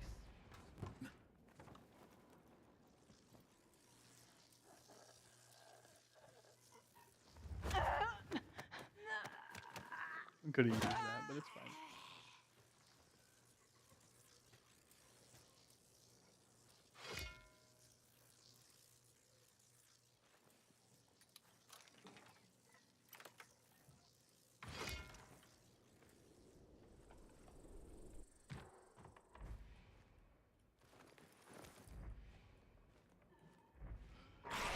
Ah! That actually scared the fuck out of me.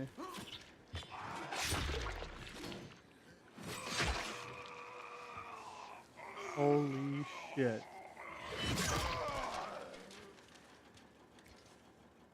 Okay, fuck that. That's crazy.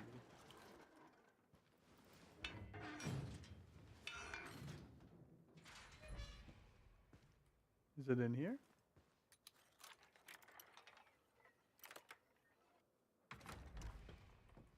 Some stuff is, for sure.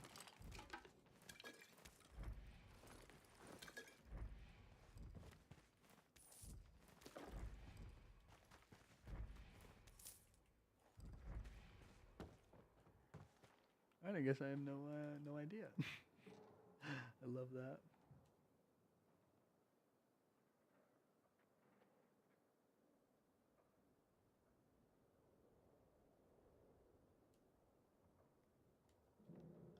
Oh, I'm just a dumbass. Hang on.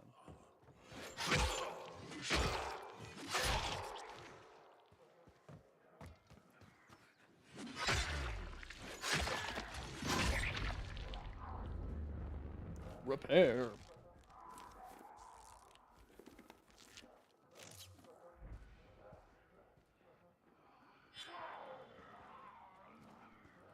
Okay, now I need to get down, please. Please let me down. Now I gotta turn this on. Come back up.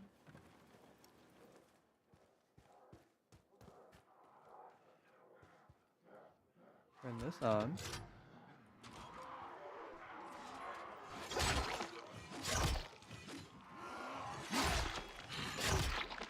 Nice. Ooh, we're here. Cool. We can hit play on this. Yeah, because then we have a few episodes to listen to. Greetings, brave listeners. Wait, I need Welcome back to Hidden Truths with Spark. I'm Pepper Spark, and today we look into the supernatural side of Castor Woods. Legend has it that the woods are home to spirits older than time, entities that guard the land and occasionally meddle in human affairs. You know, kinda like ethereal busybodies. I met Agnes, a reclusive herbalist living on the edge of the woods. Picture a cottage straight out of a fairy tale, complete with a garden that could cure or cause just about anything. Agnes spoke of the Whispering Ones, spirits who communicate through rustling leaves and shadows. She claims that on certain nights, you can hear them lamenting lost loves and thwarted destinies. Or maybe it's just the wind. I'm keeping an open mind. Shortly before sundown, I decided to take a stroll through the woods. Because what could possibly go wrong, right? The trees seemed to close in on me. And for a moment, I thought I heard faint whispers.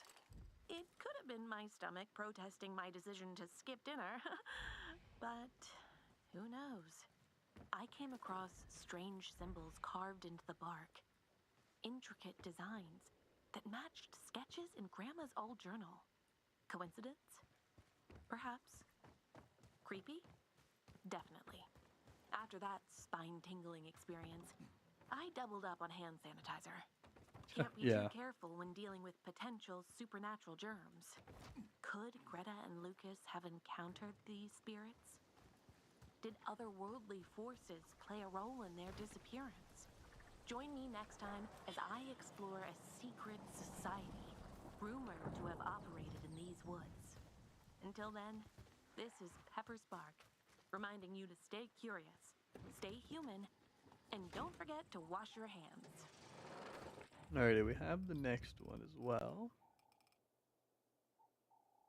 Yeah, that was 4. Now this is 5. We're going to get 7. Welcome back to Hidden Truths with Spark. I'm your ever-curious host, Pepper Spark. Today, we peel back another layer of the Castor Woods mystery. This time, it involves secret gatherings, arcane rituals, and a clandestine society that may have left an indelible mark on this town. While sifting through more of my grandmother's notes, I came across references to a group known as the Silent Circle. Intrigued, I dug deeper and arranged a meeting with Father Matthias, a retired clergyman who once served in Castor Woods. He revealed that the Silent Circle was a secret assembly of influential townsfolk and members of long-standing local families. Their origins trace back to the late 19th century, a time when fascination with the occult was sweeping across Europe. According to Father Matthias, the group was deeply interested in witchcraft legends and historical witch hunts that had scarred the region centuries prior. They gathered in the depths of Castor Woods, aiming to unlock secrets they believed were hidden within.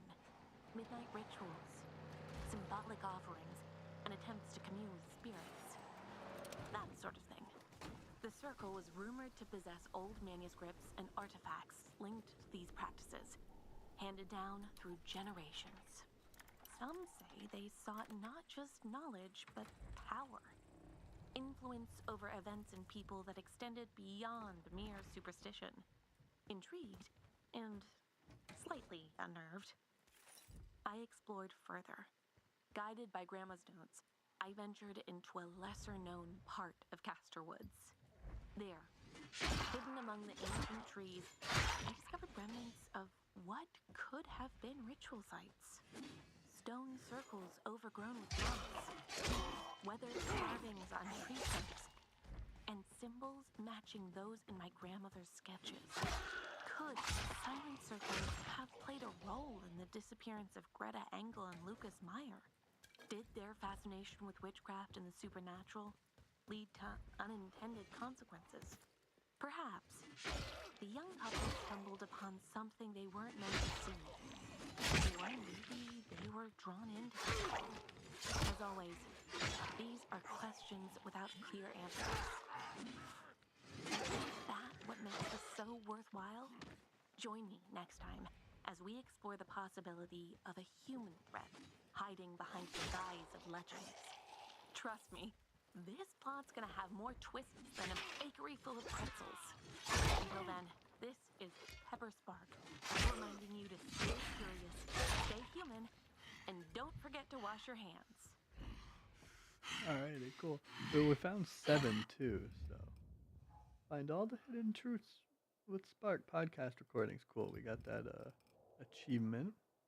Cool, so now let's listen to number 6 while we Hello, loot. fellow seekers of the unseen. You're listening to Hidden Truths with Spark, and I'm Pepper Spark. Today, we discuss the darker folklore of Castor Woods, namely the mysterious and chilling legend of the Wretch. Local tales speak of the Wretch as a creature lurking in the deepest parts of the forest. Some describe it as a towering figure akin to Bigfoot, with glowing eyes that pierce through the night. Others believe the Wretch is no mythical beast, but a human, a recluse turned serial killer, orchestrating his crimes to mimic the savagery of a monster. I met with Detective Reinhardt, a retired investigator who spent years trying to solve a series of unexplained disappearances in the area. He shared accounts that sent shivers down my spine. According to Detective Reinhardt, The disappearances often involved hikers and locals who ventured too far into the woods. Personal belongings were found torn and scattered. In rare instances, remains were discovered showing foul play. The official reports were inconclusive, often attributed to wild animal attacks. But Reinhardt suspects something, or someone, more sinister. He says the victims were found in what seems like staged poses, as if the perpetrator wanted to instill fear by invoking the legend of the wretch. The lines between myth and reality blurred, leaving the community in a state of unease. Usually, I'd strap on my boots and head straight to the location. But this time, something held me back. Perhaps it was the fear in Detective Reinhardt's eyes, or the weight of the unsolved cases, that made the legend feel all too real. I have to admit, this story unsettled me more than I imagined. The idea that there could be a force, human or otherwise, capable of such evil, lurking just beyond the tree line, is enough to give anyone pause. Could the wretch be responsible for the fate of Greta Engel and Lucas Meyer? Did they become victims of this ominous fiend? Their disappearance another unsolved thread in a tangled web. As I watched the sunset over Castor Woods, I couldn't shake the feeling that some mysteries might be safer if left untouched. But then again, where's the fun in that? Join me next time as I explore the possibility that a spurned lover's vengeance might be at the heart of this mystery. Until then, this is Pepper Spark, reminding you to stay curious, stay human, and don't forget to wash your hands. Alright, this is telling me we need to go back into the fucking mental asylum, and that kind of pisses me off. Recordings 1 to 2, voice memo 1 plus voice memo 3. I'm so confused. Let me just watch this part of this video, and then we'll,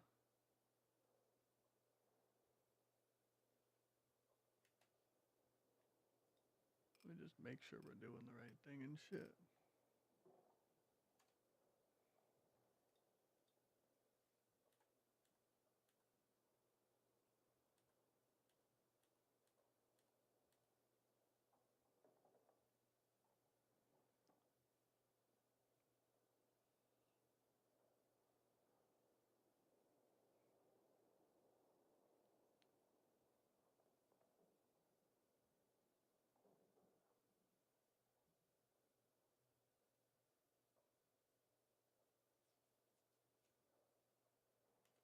Alright. We've got to go back into the mental asylum, which is lovely. Alright, oh fuck, which one did we just listen to? That one, okay. So now we gotta do number 7. What the fuck? Stop, please. You just like jumped up on me and start fucking scratching my arm. Alright, let's do this one, then we'll head over to the hospital. Hey guys, welcome back. This is Hidden Truths with Spark, and I'm Pepper Spark, back with more puzzles from the depths of Castor Woods. With my grandmother's cryptic notes as my guide, I found myself in the quiet halls of the town library. There, I met Ingrid, a librarian who has the uncanny ability of finding any book while also enforcing the sacred silence of the library. Seriously, a pin drop would sound like a cymbal crash there. Anyway, Ingrid granted me access to the archive room, a treasure trove of old newspapers, town records, and enough dust to give me a sneeze-a-thon. I slapped on some hand sanitizer and got to work, diving into the past. As I sifted through those yellowed pages, one name kept appearing: Victor Fisher. The Fisher family, I learned, had been a pillar of the community, their wealth built over generations in the medical industry. Free sanitizer for life? Sign me up. But Victor was different. Descriptions painted him as a man of sharp intellect and even sharper moods. A charismatic figure with a shadowy demeanor. He was known for his intense gaze and a smile that never quite reached his eyes. You know, The kind that makes you question whether you've just been charmed or quietly threatened. Digging deeper, I uncovered articles and accounts linking Victor to Greta Engel. Yes, the very Greta who was deeply in love with Lucas Meyer. Rumor had it that Victor proposed to Greta, but she declined. Her heart already promised to another. Sources hinted that Victor didn't take the rejection well. One particularly haunting article detailed an incident where Victor allegedly confronted Lucas in public. Victor's words were ominous. If I can't help it, no one can. It's the kind of statement that feels it came straight out of a melodrama. As I pieced together these fragments, I got a gnawing feeling in my gut. My intuition flashed like a neon sign in a blackout. Victor Fisher might be the key to unraveling this mystery. Could his I'm so dead here. love have spiraled into something more sinister? Could his family's influence help him hide dark deeds beneath a veneer of respectability? As I thanked Ingrid for her assistance, leaving a bottle of hand sanitizer as a token of my appreciation, I couldn't shake the sense that I was closing in on a truth long buried. In our next... Hold on. I don't know where they are. Is there a singular truth? Or is the mystery destined to remain unsolved? Until then, this is Pepper Spark, reminding you to stay curious, stay human, and don't forget to wash your hands.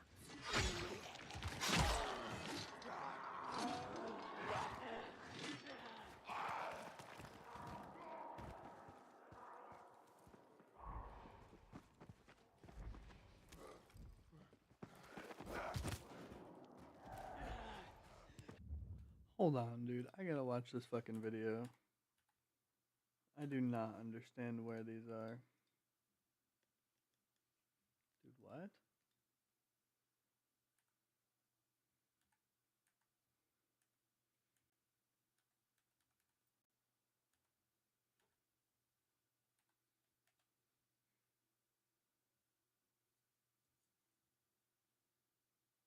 Excuse me, sorry.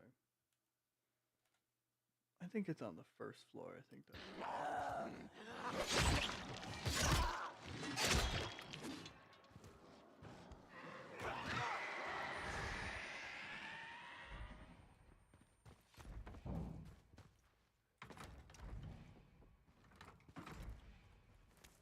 I don't think this is the right room. Shit.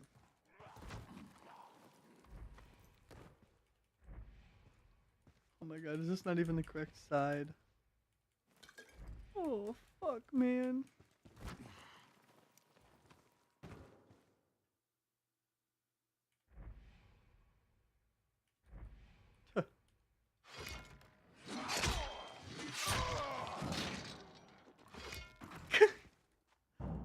Oh god.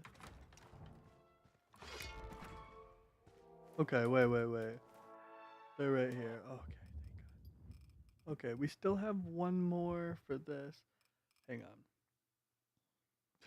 I need to check which one we have. 4. Okay, we need 5. Where the hell is 5? It's not in here, is it? Is there anything else in here? Okay, actually, no. 5 is not in here. So, perfect. Now we just have to figure out how to get out of here. I'm going to play that once we get out of here because I don't think I'm going to be able to focus running through this place.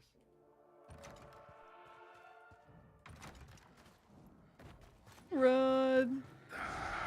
Yep, I hear you. Shit, is this the right way? Yes, it is. Out the window. Oh shit.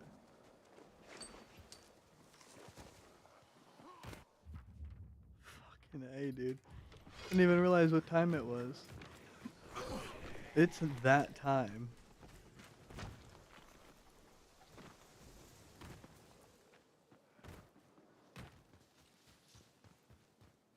Alright, after we sleep, we'll start listening to it since I just don't want it to get interrupted, basically. Hope you guys are enjoying this lore live stream, basically. The murals are going to be the most fun part, I tell you. The most fun. I gotta collect all this shit for no reason. Pick that up for also no reason.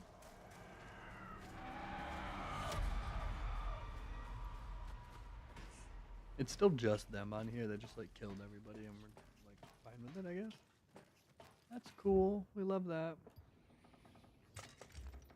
Cool. Well, we're working on the repair weapons achievement, so let's have some snacks before bed. Does sleeping heal you? Let me check. Wait until morning.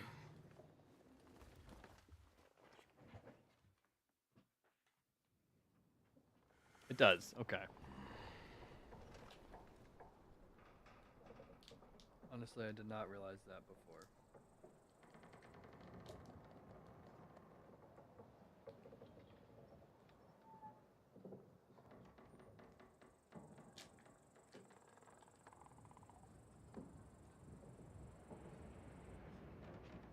Alright, let's get this recording playing. I'm just gonna do something real quick and then we'll head off. Hello, devoted listeners. This is Hidden Truth. I am devoted. I've ran all over and this fucking I'm place. Pepper Spark. We've journeyed together through the winding paths of Castor Woods. We unraveled tales of forbidden love, dark obsessions, and mysteries that blur the line between reality and legend. First, we delved into the feud between the Engel and Meyer families. A rivalry fit for any soap opera. Greta Engel and Lucas Meyer dared to defy their families. And such defiance often comes with consequences. Did this ancestral animosity lead to their tragic end? We ventured into the supernatural, exploring legends of the Whispering Ones, spirits said to inhabit Castor Woods. Could otherworldly forces have intervened, pulling the young lovers into a realm beyond our understanding, unveiling the clandestine activities of the Silent Circle? We discovered a secret society fascinated by witchcraft and ancient rituals. Their gatherings, steeped in mystery and possibly darker practices, raise a question. Did Greta and Lucas stumble upon secrets that sealed their fate? The chilling legend of the Wretch added another layer of intrigue. Whether a monstrous creature or a human hiding behind folklore, the fear it instills is palpable. Could this entity be responsible? Or is it a manifestation of the town's collective fears? We also explored the possibility that the very environment of Castor Woods played a role. Hallucinogenic plants and natural toxins influencing the minds and actions of those who enter the forest. Lastly, we uncovered the enigmatic figure of Victor Fisher, a man of influence and charm and, if rumors are to be believed, also a man with a dark side. Victor's unrequited love for Greta and his unsettling reaction to her rejection painted a picture that's hard to ignore. My intuition keeps circling back to him, like a moth to a flame. Could Victor, driven by jealousy, have orchestrated their disappearance? Did his family's prominence provide the perfect cover to hide any misdeeds? While we lack definitive proof, the pieces fit together with an eerie cohesion. But perhaps the truth isn't so clear-cut. Maybe it's a tapestry woven from threads of jealousy, secrecy, and the enigmas that haunt Castor Woods itself. The human capacity for darkness, amplified by rumors of the supernatural and by the shadowy threads of history, creates a labyrinth difficult to navigate. So, where does that leave us? With more questions and answers, perhaps. After all, the pursuit of truth isn't necessarily a journey with a final destination. It's in the act of seeking that we find ourselves. But maybe I'm being a little too philosophical here. This has been Hidden Truths with Spark. I'm Pepper Spark, reminding you to stay curious, stay human, and don't forget to wash your hands. Alrighty, well that was the last episode of Hidden Secrets with Spark. Oh cool, we got the voicemail 5. Find all secrets about St. Valentine Asylum. What happened in the asylum? Ooh, okay, that's what these are all about? Okay. Holy shit, okay. February 24th, 2015. Oh my god, so this is going to be while Haran was going on too. Okay. Cool, cool. 11:30 a.m., February 24th. Entering the town of Castor Woods. I've never seen so many trees in my life. I can't believe this is really happening. Fresh out of medical school and already joining a place like the St. Valentine Asylum. This is an opportunity most could only dream of. To work under Marius Fisher himself. It's unheard of for someone of his stature, with so many projects being undertaken by his medical company, to be so directly involved in an operation of this scale. But everyone knows this is Dr. Fisher's passion project. His fascination with the human mind and with psychiatric care is well known. And to be a part of it is truly the chance of a lifetime. Alright, that was a fairly short recording.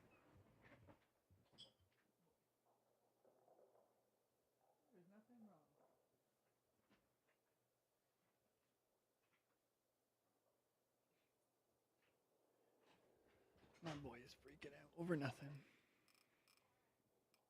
Voice memo 2. Let's throw this one on. I'll try to met figure out what I Marius Fisher actually need today. to do next. He's younger than I thought for someone in his position. And his mind is undeniably sharp. We spoke at length about the work being done here at the asylum.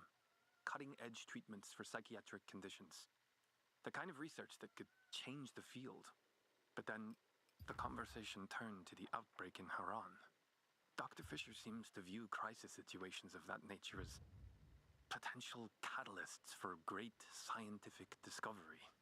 He spoke as if these tragedies provide unique opportunities for progress, for pushing the boundaries of what we know. I must admit, there's something a little unsettling about his eagerness when it comes to taking advantage of such situations. Damn, okay. So, I wish these ones were longer, to be honest. But that's fine. Discovering the 1913 diary. I found something disturbing today, tucked away in the archives. A diary from 1913, written by Peter Porlena, one of the asylum's founding doctors. It's troubling in a way I didn't expect. There's mention of witchcraft, something I'd ordinarily laugh at, but the way it's worded made me feel uneasy. I'm not one to believe in such nonsense, but this man was certain about what he witnessed. More disturbing than that, though, were the experiments he described. Real intrusions into the patient's psyche and body. Methods that shouldn't have existed then, and certainly shouldn't exist now. I can't help but feel a growing sense of dread. Alright, yeah, so he's starting to kind of not feel so great about his situation. The more I read Polena's diary, the more I can't sleep. He wrote about the methods from 1913 as if they were scientific breakthroughs, but they were nothing more than cruel, invasive procedures. At first, I couldn't believe it. The idea that someone could treat patients like that, even 100 years ago, disgusted me. And yet, I've started to notice things. Little signs that those same techniques are being used here today at St. Valentine Asylum. It's hard to fathom. But the more I think about it, the more I wonder, could those methods, as horrifying as they are, actually work? Don't extreme times call for extreme measures? Oh god. Do they work? Half the people have died. I mean, not even half. Most of them have died from this that I've seen. The asylum is to be shut down. The outbreak that began in Haran is now spreading across Europe, and it's no longer safe to continue operating. As for the research, Dr. Fisher intends to continue it.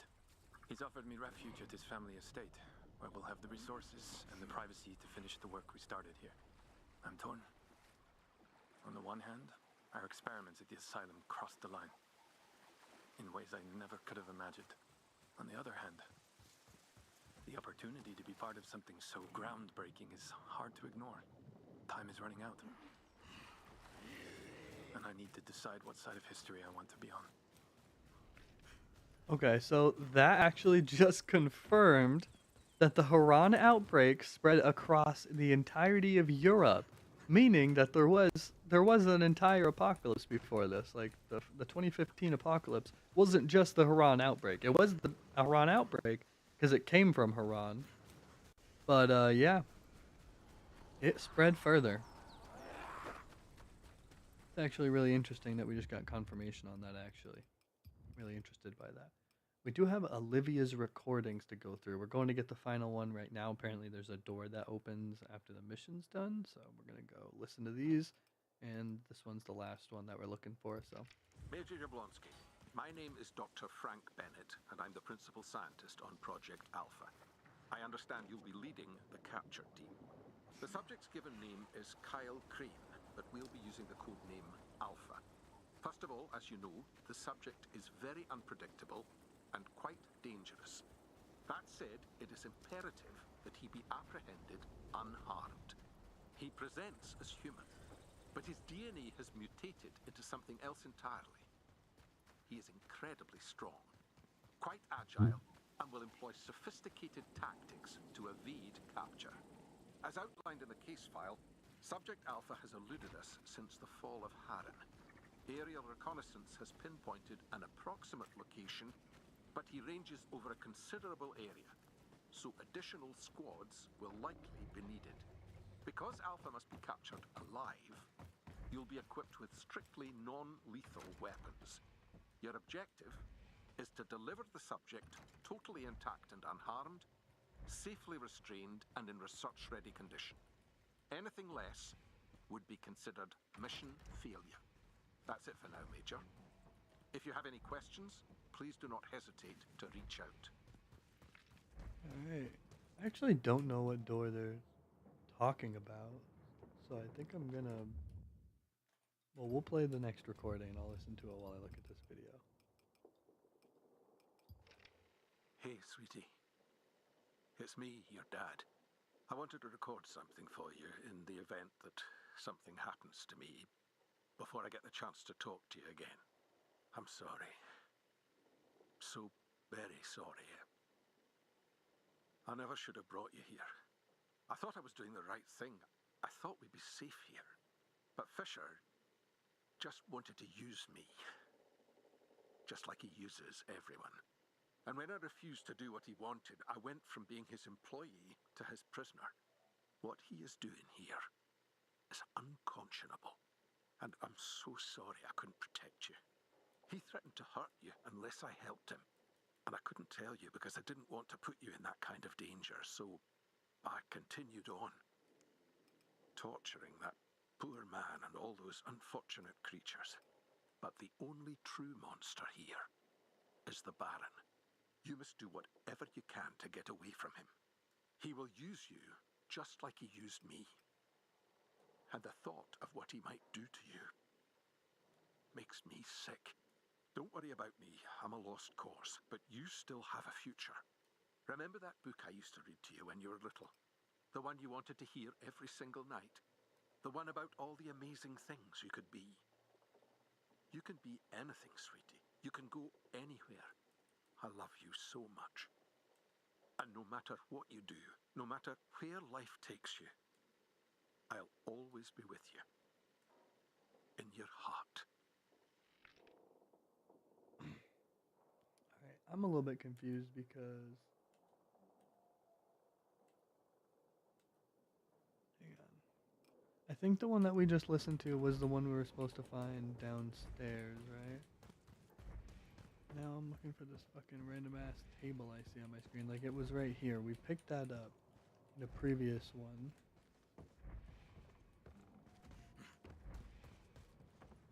Now I'm looking at this fucking table, but I don't know where the hell this is.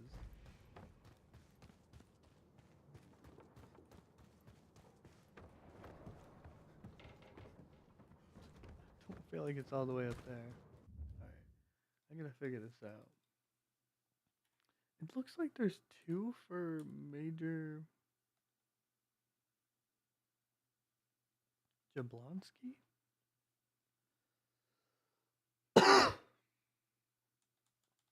I'm a little bit confused by that. I don't know if this guy made a mistake. I'm trying to find it. Hang on. I want to see him pick it up and see what it's called.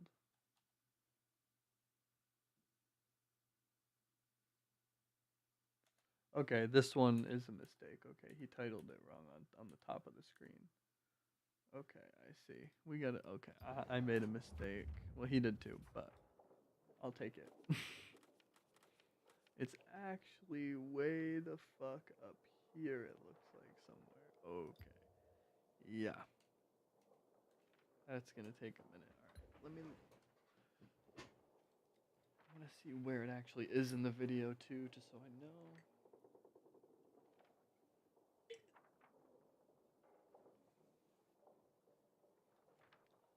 Alright. It is around here. There's gonna be like a hole in the wall. Somewhere. Okay.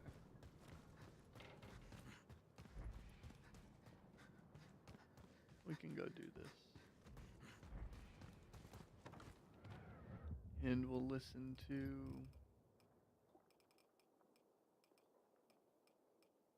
I guess, from Olivia to her father? From Dr. Bennett? Okay, this.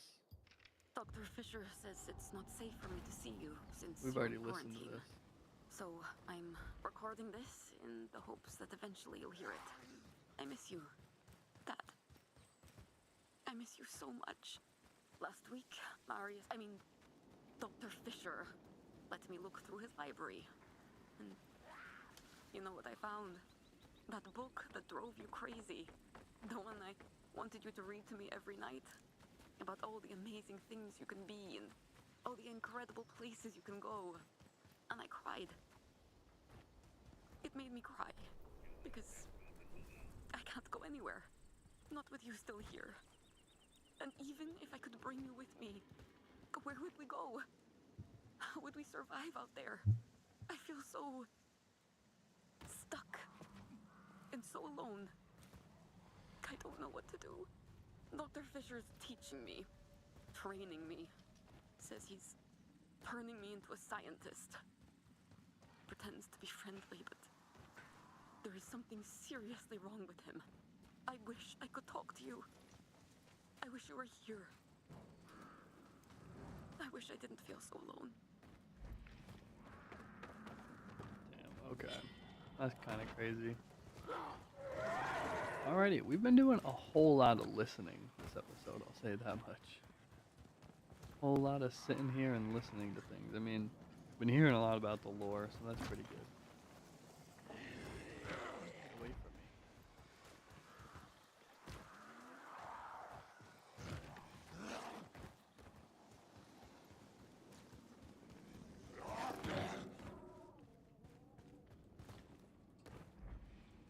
Jump.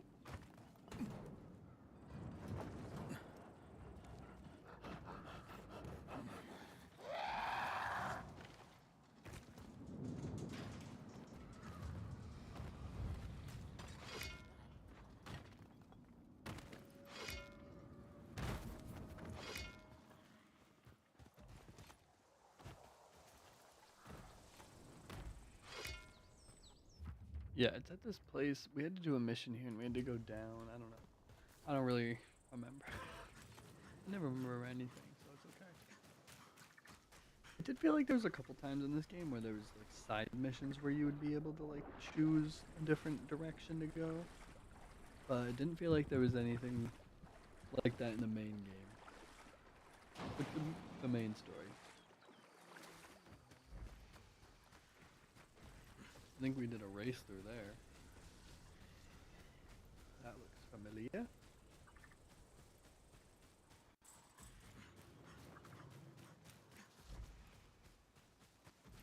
Looks very, very familiar.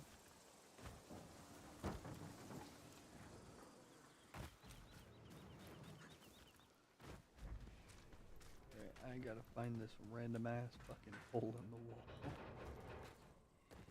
I guess I still have a ways to go actually. Gotta go across this bridge. I gotta get up here. Let's do this. I don't wanna swim. I don't wanna swim this bad yet.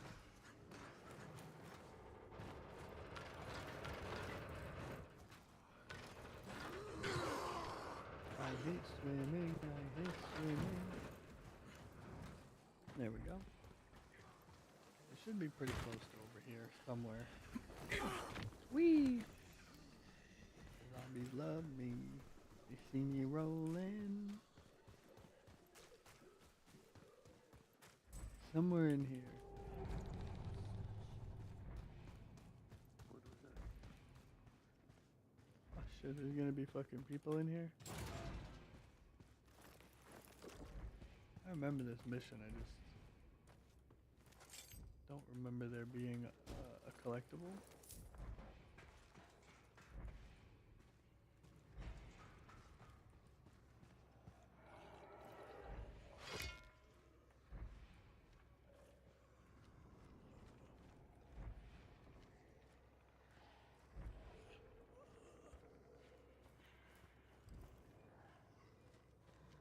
Holy shit, okay.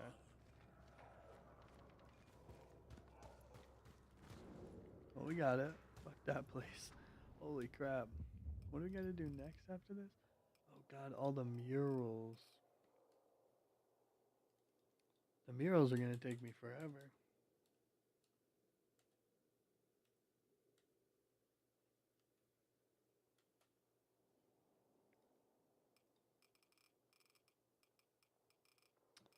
Damn, yeah, these murals are gonna take a long ass fucking time.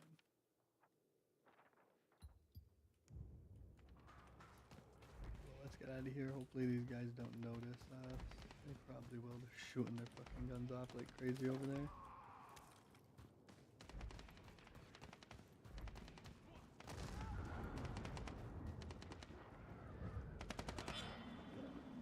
They're getting overrun. We're just gonna go this way.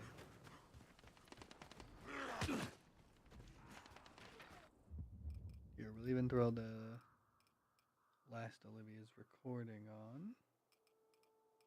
Oop. Yeah, this one. That's not the last one, Dear but it's sir, okay. This is my formal notification that I am resigning from my position as team leader as of today. My decision stems from deep ethical concerns regarding the treatment of Subject Alpha. While I initially believed that our research held significant potential for scientific advancement, I have become increasingly troubled by the direction it has taken. Specifically, the genetic engineering modifications that have been implemented as of late. My understanding was that we brought Subject Alpha for treatment. I thought our intention was to suppress the virus and help heal and restore him. Instead, we have accomplished quite the opposite. What we have done to him is tantamount to torture. And I can no longer participate in this morally reprehensible research. I intend to leave this facility and take my daughter with me. I implore you not to try and stop me. I'm sorry it's come to this, but I cannot in good conscience continue to work for you in this capacity, or any capacity. Sincerely, Dr. Frank Bennett. And then he was placed into quarantine, because that was the second one I see. So he was fucking crazy. 100%. That's crazy, actually.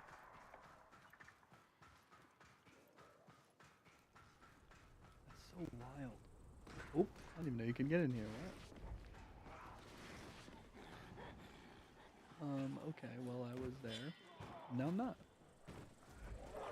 That was a weird place. I didn't even know you could do that. I guess I didn't try.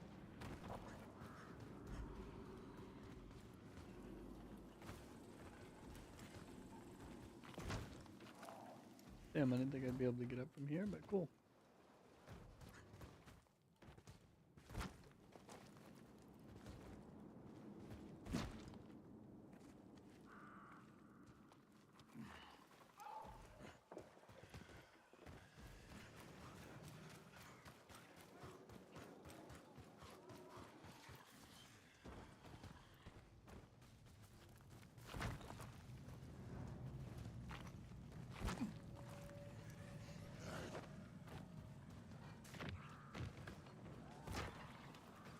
Come, Kyle. You can do this, guy. I know you can. I believe in you.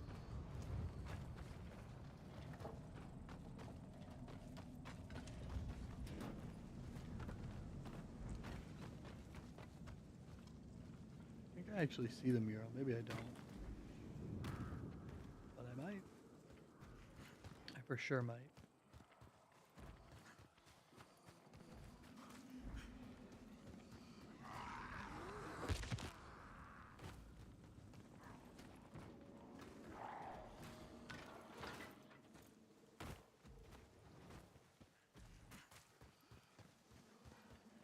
I'm pretty sure I have to get on top of this building. I think it's one of them. Yep, right here. Very cool. The work of local artists who has fondness for satyrs, nymphs, and art Nova. I don't know how to fucking say any of that. This piece just depicts a satyr. What the fuck? Dude, I don't know what I'm saying. Very cool. Alright, let's grab the next one.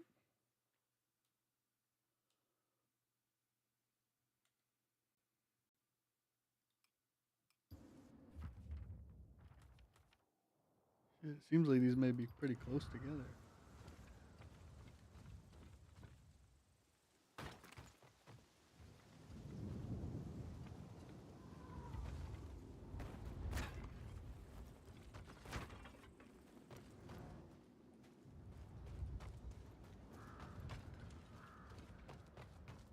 Where is this one?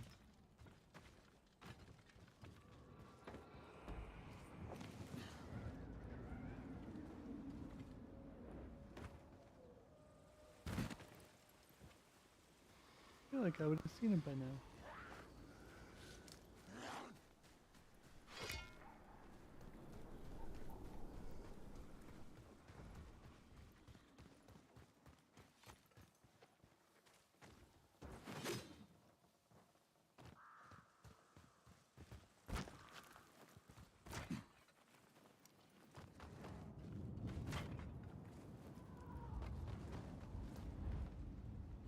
I'm a dumbass. Hang on.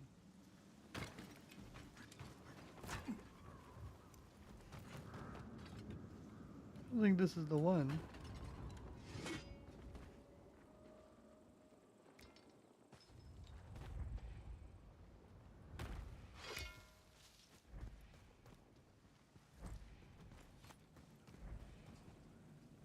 What the hell is the paint for this one?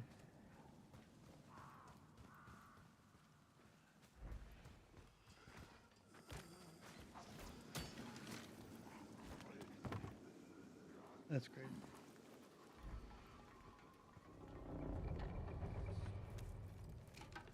I want to go collecting all this shit. I want to find the paint.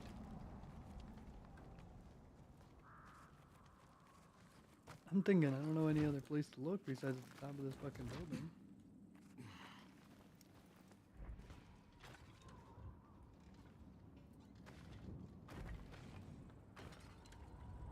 Right here.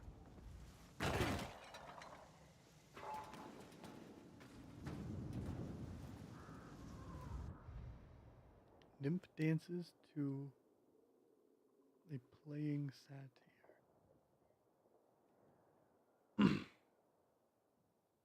Alright.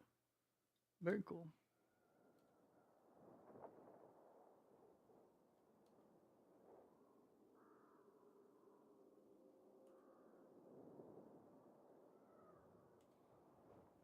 Alright. I see the next one.